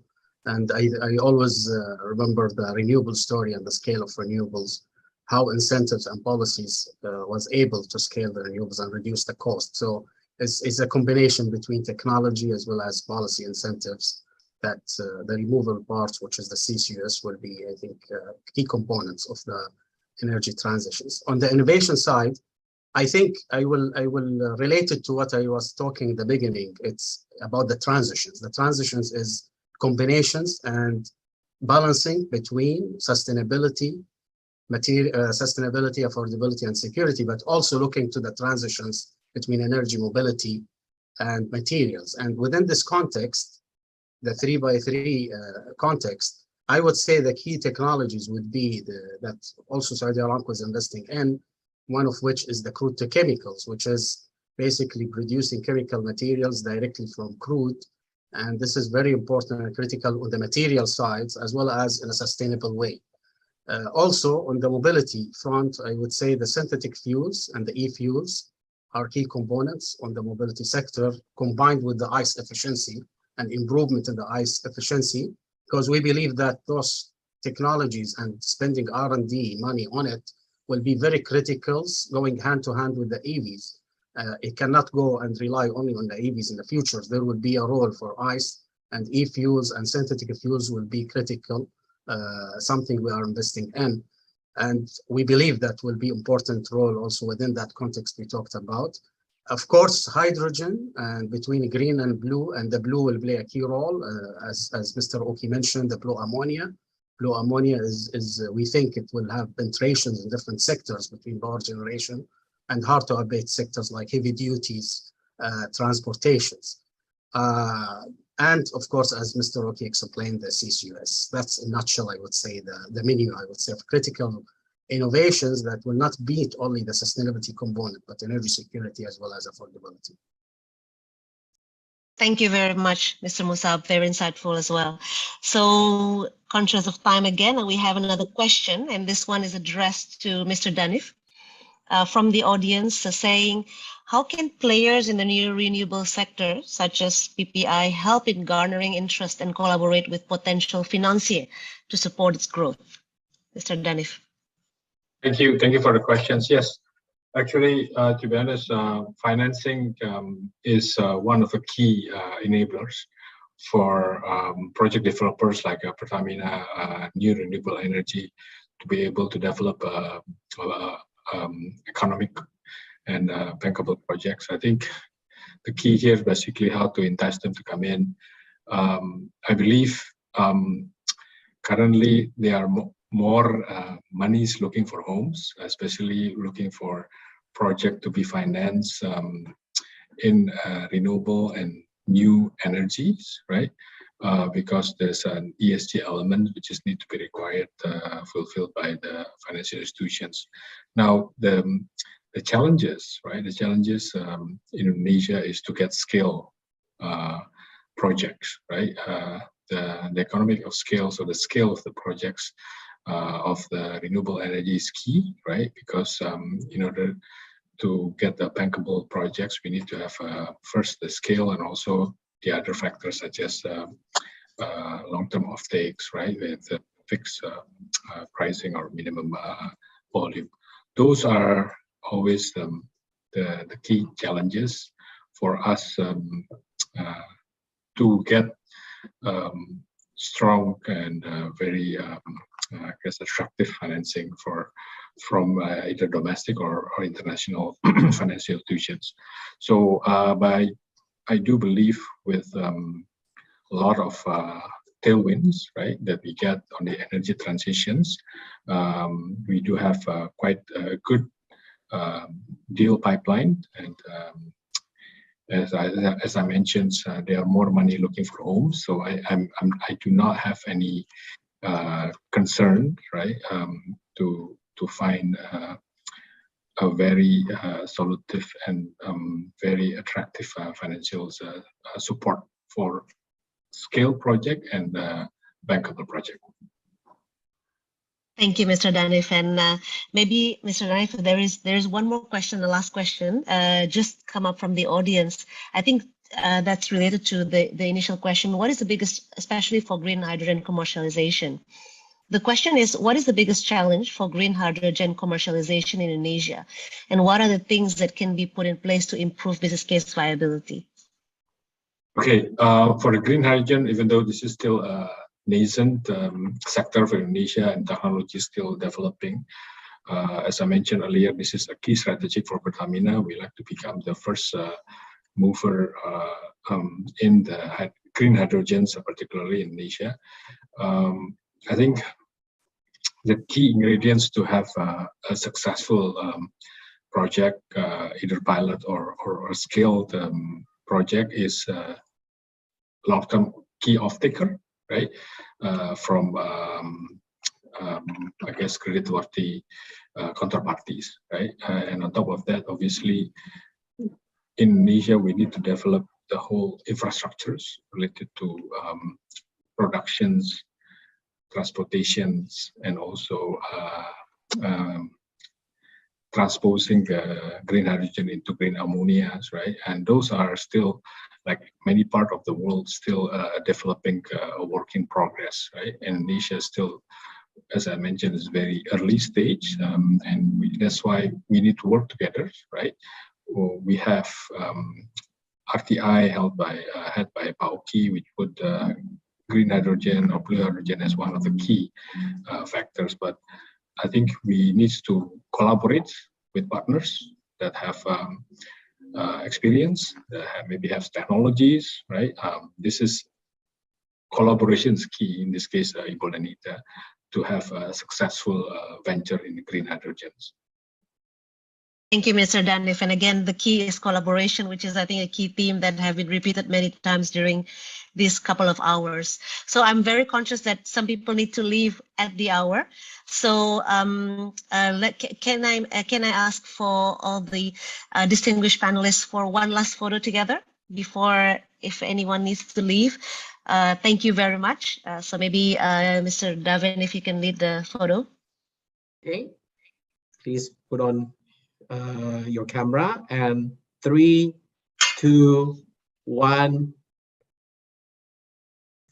click. And we have another pose with the thumbs up. 3, 2, 1. Thank you. Thank you, and Thank our you, sincere everyone. appreciation to the distinguished panelists for such an insightful discussion and sharing of your thoughts. They were very candid, and we would kindly. So this was very good. And if I may summarize the key points of this session before we close, I think this was very insightful, and we kicked off the discussion by having Ibu Nika, our chair, that one of reminding us that one of the task force recommendations is to enhance global collaboration for just orderly and affordable transition. And this can be tackled through 4 core areas: energy security, private sector, including MSMEs, sustainable mining, and workforce transition. Thus, it is important that we promote incentives, awareness building, workforce upskilling, and others, which can be supported by global collaboration. Mrs. Shinta, our B20 chair in Indonesia, also reminded us that private sector and government have to work together to achieve sustainable future. The role of business are crucial as they guide the capacity, capability, and skill of the workforce so that there is no one left behind. That we aim to implement the policy paper, that we can perform the transition in a fair manner so that no one, and she emphasized the inclusion of women, is impacted, especially on fossil fuel sector.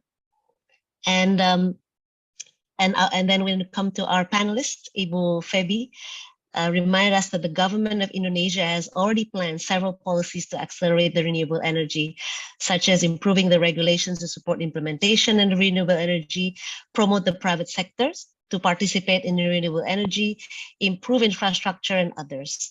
And the ministry have also included the roadmap of net zero emission in the energy sector. However, Ibu Feby reminded us that each country may have different challenges. And in Indonesia, for example, it's topography of archipelago. So, installing solar PV may be the option, like China has been investing heavily in solar PV, could be the choice going forward.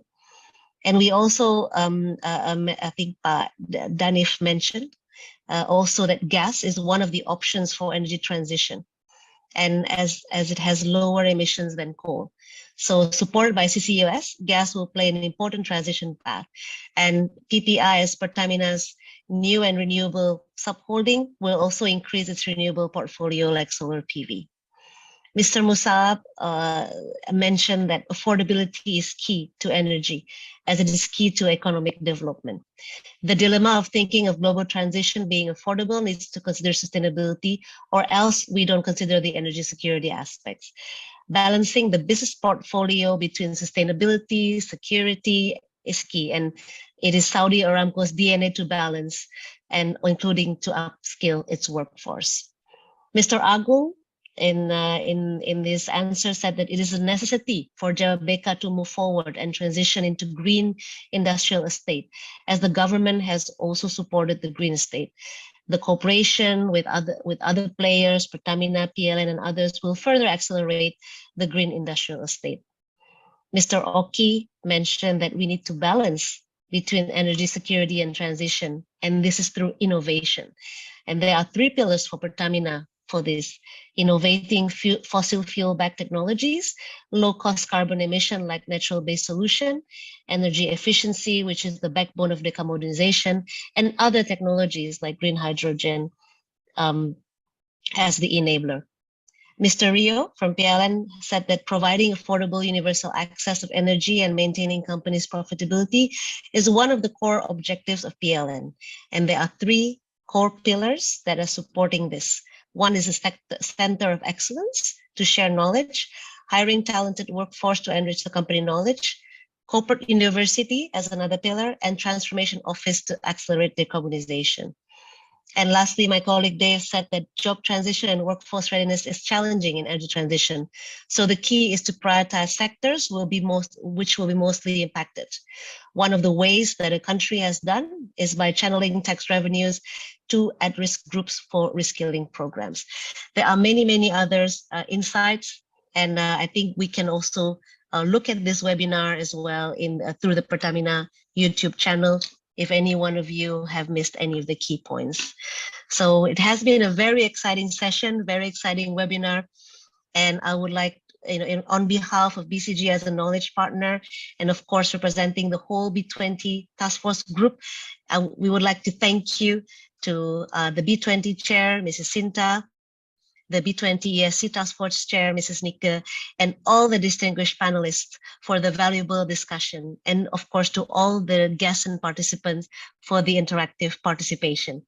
With that, I would like to say good morning, good afternoon, good evening, and until the next B20 Energy Sustainability and Climate event.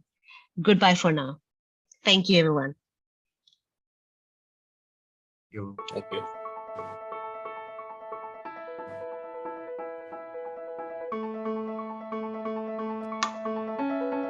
Satu Indonesia, or Astra's unified spirit for Indonesia, exemplifies Astra's active role and contribution in the pursuit of nurturing the people of Indonesia. It brings every commitment, venture, and work under a common framework and creates added values for the nation's progress. Throughout the years, since founded in 1957, Astra has consistently shown real contribution, dedicated to move Indonesia forward. As a company, Astra has grown and today manages over 180,000 employees and over 200 subsidiaries across the archipelago. In line with one of Astra's corporate philosophy, Catur Dharma values, to be an asset to the nation, Astra has an unwavered commitment to social contributions for Indonesia. The company's endeavors in this regard are designed to be effective and robustly structured, identifying 4 pillars of Astra untuk Indonesia Sehat, Astra untuk Indonesia Cerdas, Astra untuk Indonesia Hijau, and Astra untuk Indonesia Kreatif. Supported by 9 foundations under the company, Astra makes it a conscious effort to take an active part in and dedicating its ideas and work to the nation for a prosperous and dignified Indonesia. Astra untuk Indonesia Sehat. The well-being of a nation lies on the well-being of its future generations. To ensure it can be achieved, the health of mothers and children are a priority of Astra untuk Indonesia Sehat. Astra is committed to protect and improve their health as they form healthy communities and societies. In turn, Astra believes they determine the quality of our overall well-being. Astra untuk Indonesia Cerdas. Greater access to and improved quality of education and vocational skills open the doors to better life quality. Astra is therefore committed to shaping smart, self-reliant generations. Astra works to tap into the knowledge and skills of Indonesia's human capital. As education in Indonesia is important for Astra, Astra ensures that Indonesian children can benefit from quality education as a tool for them to transform their lives for the better. Astra untuk Indonesia Hijau. A healthy and clean environment are essential for us to move forward in life.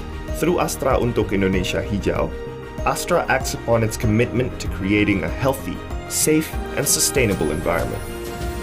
With global warming presenting real threats to our planet's survival, Astra is actively involved in various programs for a greener Earth as part of its contribution to improving the quality of our environment. Our planet and the future await us and the millions of other beings on Earth. Astra untuk Indonesia Kreatif. Through Astra untuk Indonesia Kreatif, Astra is on the ground working alongside communities to improve their prosperity by helping and facilitating small and medium businesses all over Indonesia. Astra provides training, coaching, funding, and equipment suited to the needs of the beneficiaries with one goal in mind: raising the nation's prosperity by creating excellent human capital and decent jobs. 133 Kampung Berseri Astra across 34 provinces focus on the development of villages based on 4 pillars, which include entrepreneurship, health, education, and environment. Kampung Berseri Astra continues to be developed based on the numbers and concepts towards Desa Sejahtera Astra. Satu Indonesia Awards. Satu Indonesia Awards is a form of appreciation towards the Indonesian youth who have the initiatives and idealism to share and create benefits for the communities. The awards have 5 main focuses, which include health, education, environment, entrepreneurship, and technology. Since March 2020 until today, Astra, through Nurani Astra, maintains its commitment to help the government, frontline health workers, and the community in facing the COVID-19 pandemic in Indonesia. To be an asset to the nation, Astra continues to embrace and work towards realizing Indonesia's dreams and to achieve sustainable growth, because your smile and the smile of the people are the smile of Astra, the smile of Indonesia. We are united, and together we shall achieve triumph as we walk towards an advanced and prosperous Indonesia. Astra, prosper with the nation.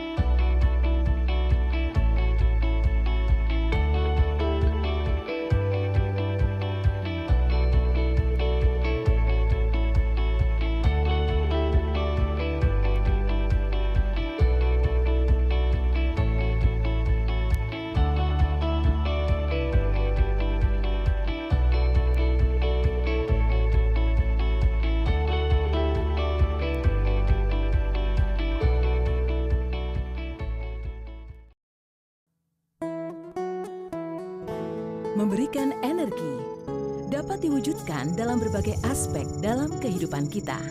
Melaju cepat, dinamis, dan relevan sesuai dengan perkembangan zaman. Memberikan energi untuk masa depan Indonesia yang berkelanjutan. Ya, keberlanjutan itu sangat penting sekali ya buat Indika Energi ya. Dan itu mencakup bukan hanya di operasional kegiatan usaha yang saat ini saja, tetapi juga untuk pengembangan bisnis di masa mendatang gitu ya.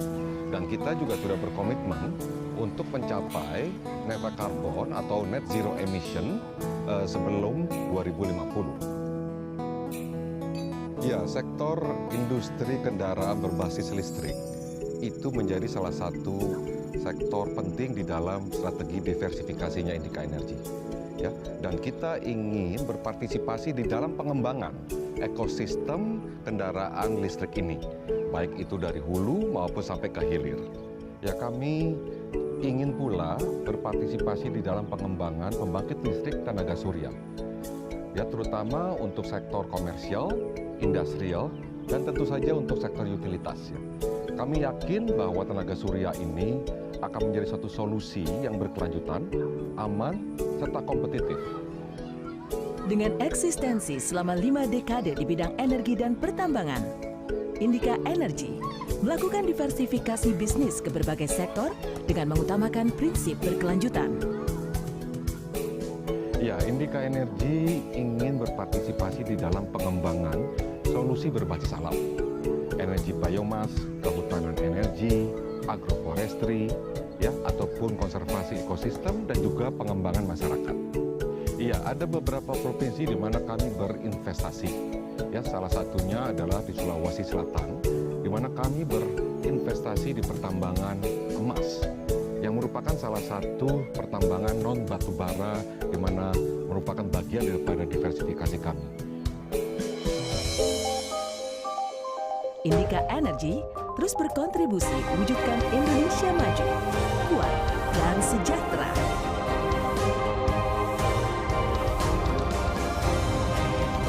Memberikan energi untuk masa depan Indonesia yang berkelanjutan.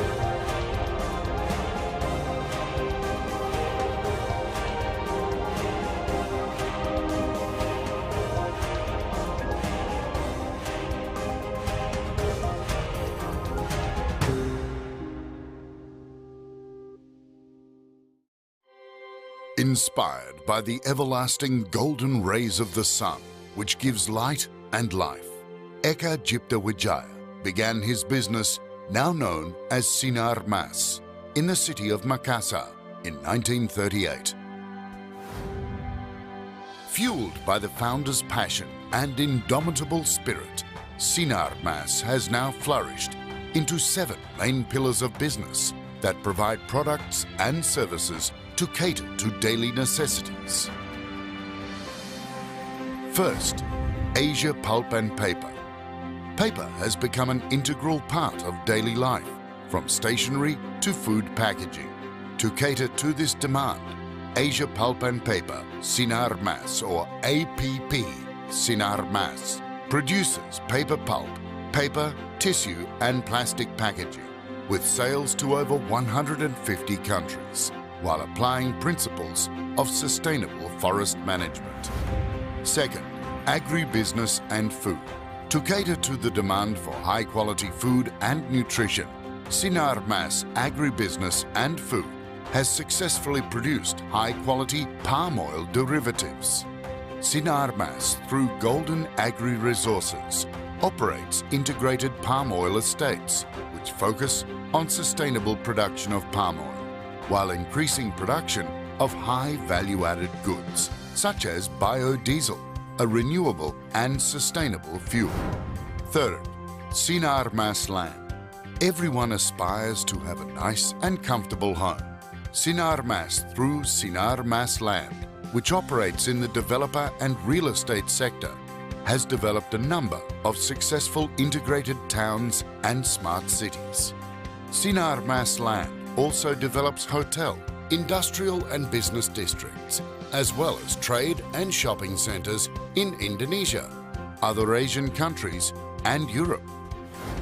Fourth, financial services. Economic activities are part and parcel of our everyday lives. Sinar Mas, through Sinar Mas Financial Services, provides various services which include insurance, securities, multi-finance, banking, and other services to provide integrated solutions for the community. Fifth, communication and technology. Likewise, communication has become an indispensable part of everyday life. In the telecommunications sector, SmartFriend has emerged as the leading provider for telecommunications services, including cellular data. Furthermore, the arrival of My Republic has enhanced its offering with the provision of triple play services. In line with rapid technological advancement and digital transformation, Sinar Mas is steadfast in pursuing innovation and has spread its wings in the digital sector. Sinar Mas believes that technology innovation will play a critical role in shaping the future. Sixth, energy and infrastructure. Energy is essential to life.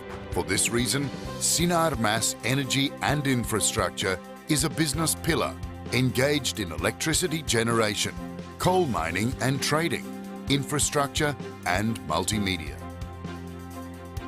7. Healthcare. Sinar Mas continues to strengthen its commitment in the healthcare sector. Sinar Mas believes that access to quality healthcare is the foundation of a nation's resilience. In addition, Sinar Mas is dedicated to strengthening education initiatives so that the quality of skilled human resources can be improved. Through various social initiatives, Sinar Mas also endeavours to support the welfare of the community to build a better Indonesia. Every single one of Sinar Mas's business enterprises is established as an independent entity based on the same values and history, and as a brand, Sinar Mas is managed by the President Office, which bridges communication within the business pillars of Sinar Mas, as well as with external parties. Based on integrity, positive attitude, commitment, continuous improvement, innovative and loyal, Sinar Mas continues to grow, both on the national and global scale. Sinar Mas, the nation's asset for the people's welfare.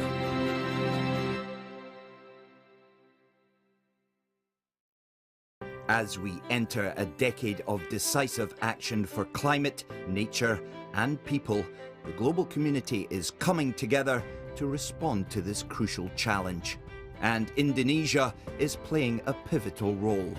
April Group, a leading producer of bio-based renewable products, is taking an active part in this global movement. This is April 2030. April 2030 is our commitment to deliver a positive impact on climate, nature, and people, while growing as a sustainable producer of fiber and pulp-based products.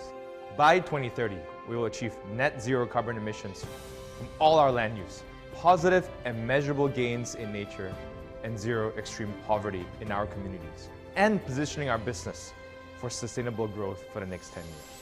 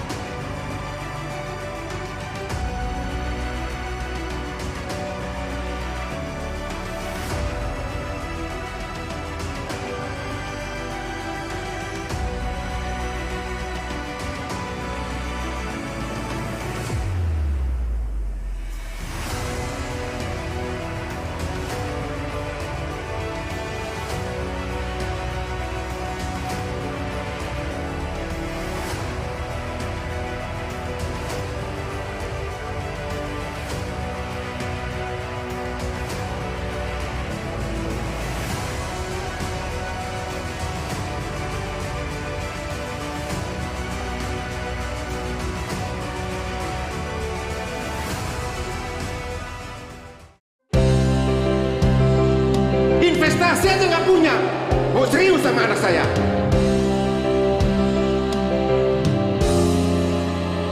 Mau investasi, bikin pusing bukan kepala. Aku bingung caranya, kenyamanannya. Harus punya uang berapa?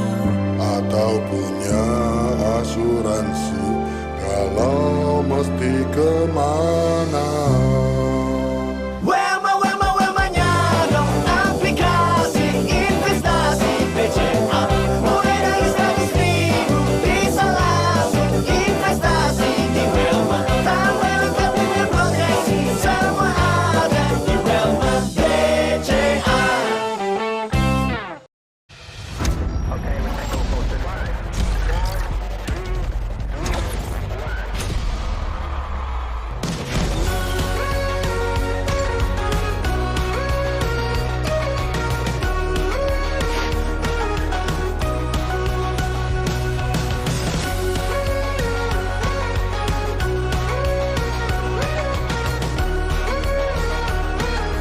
Bapak mau dikasih berapa? Mau tahu aja.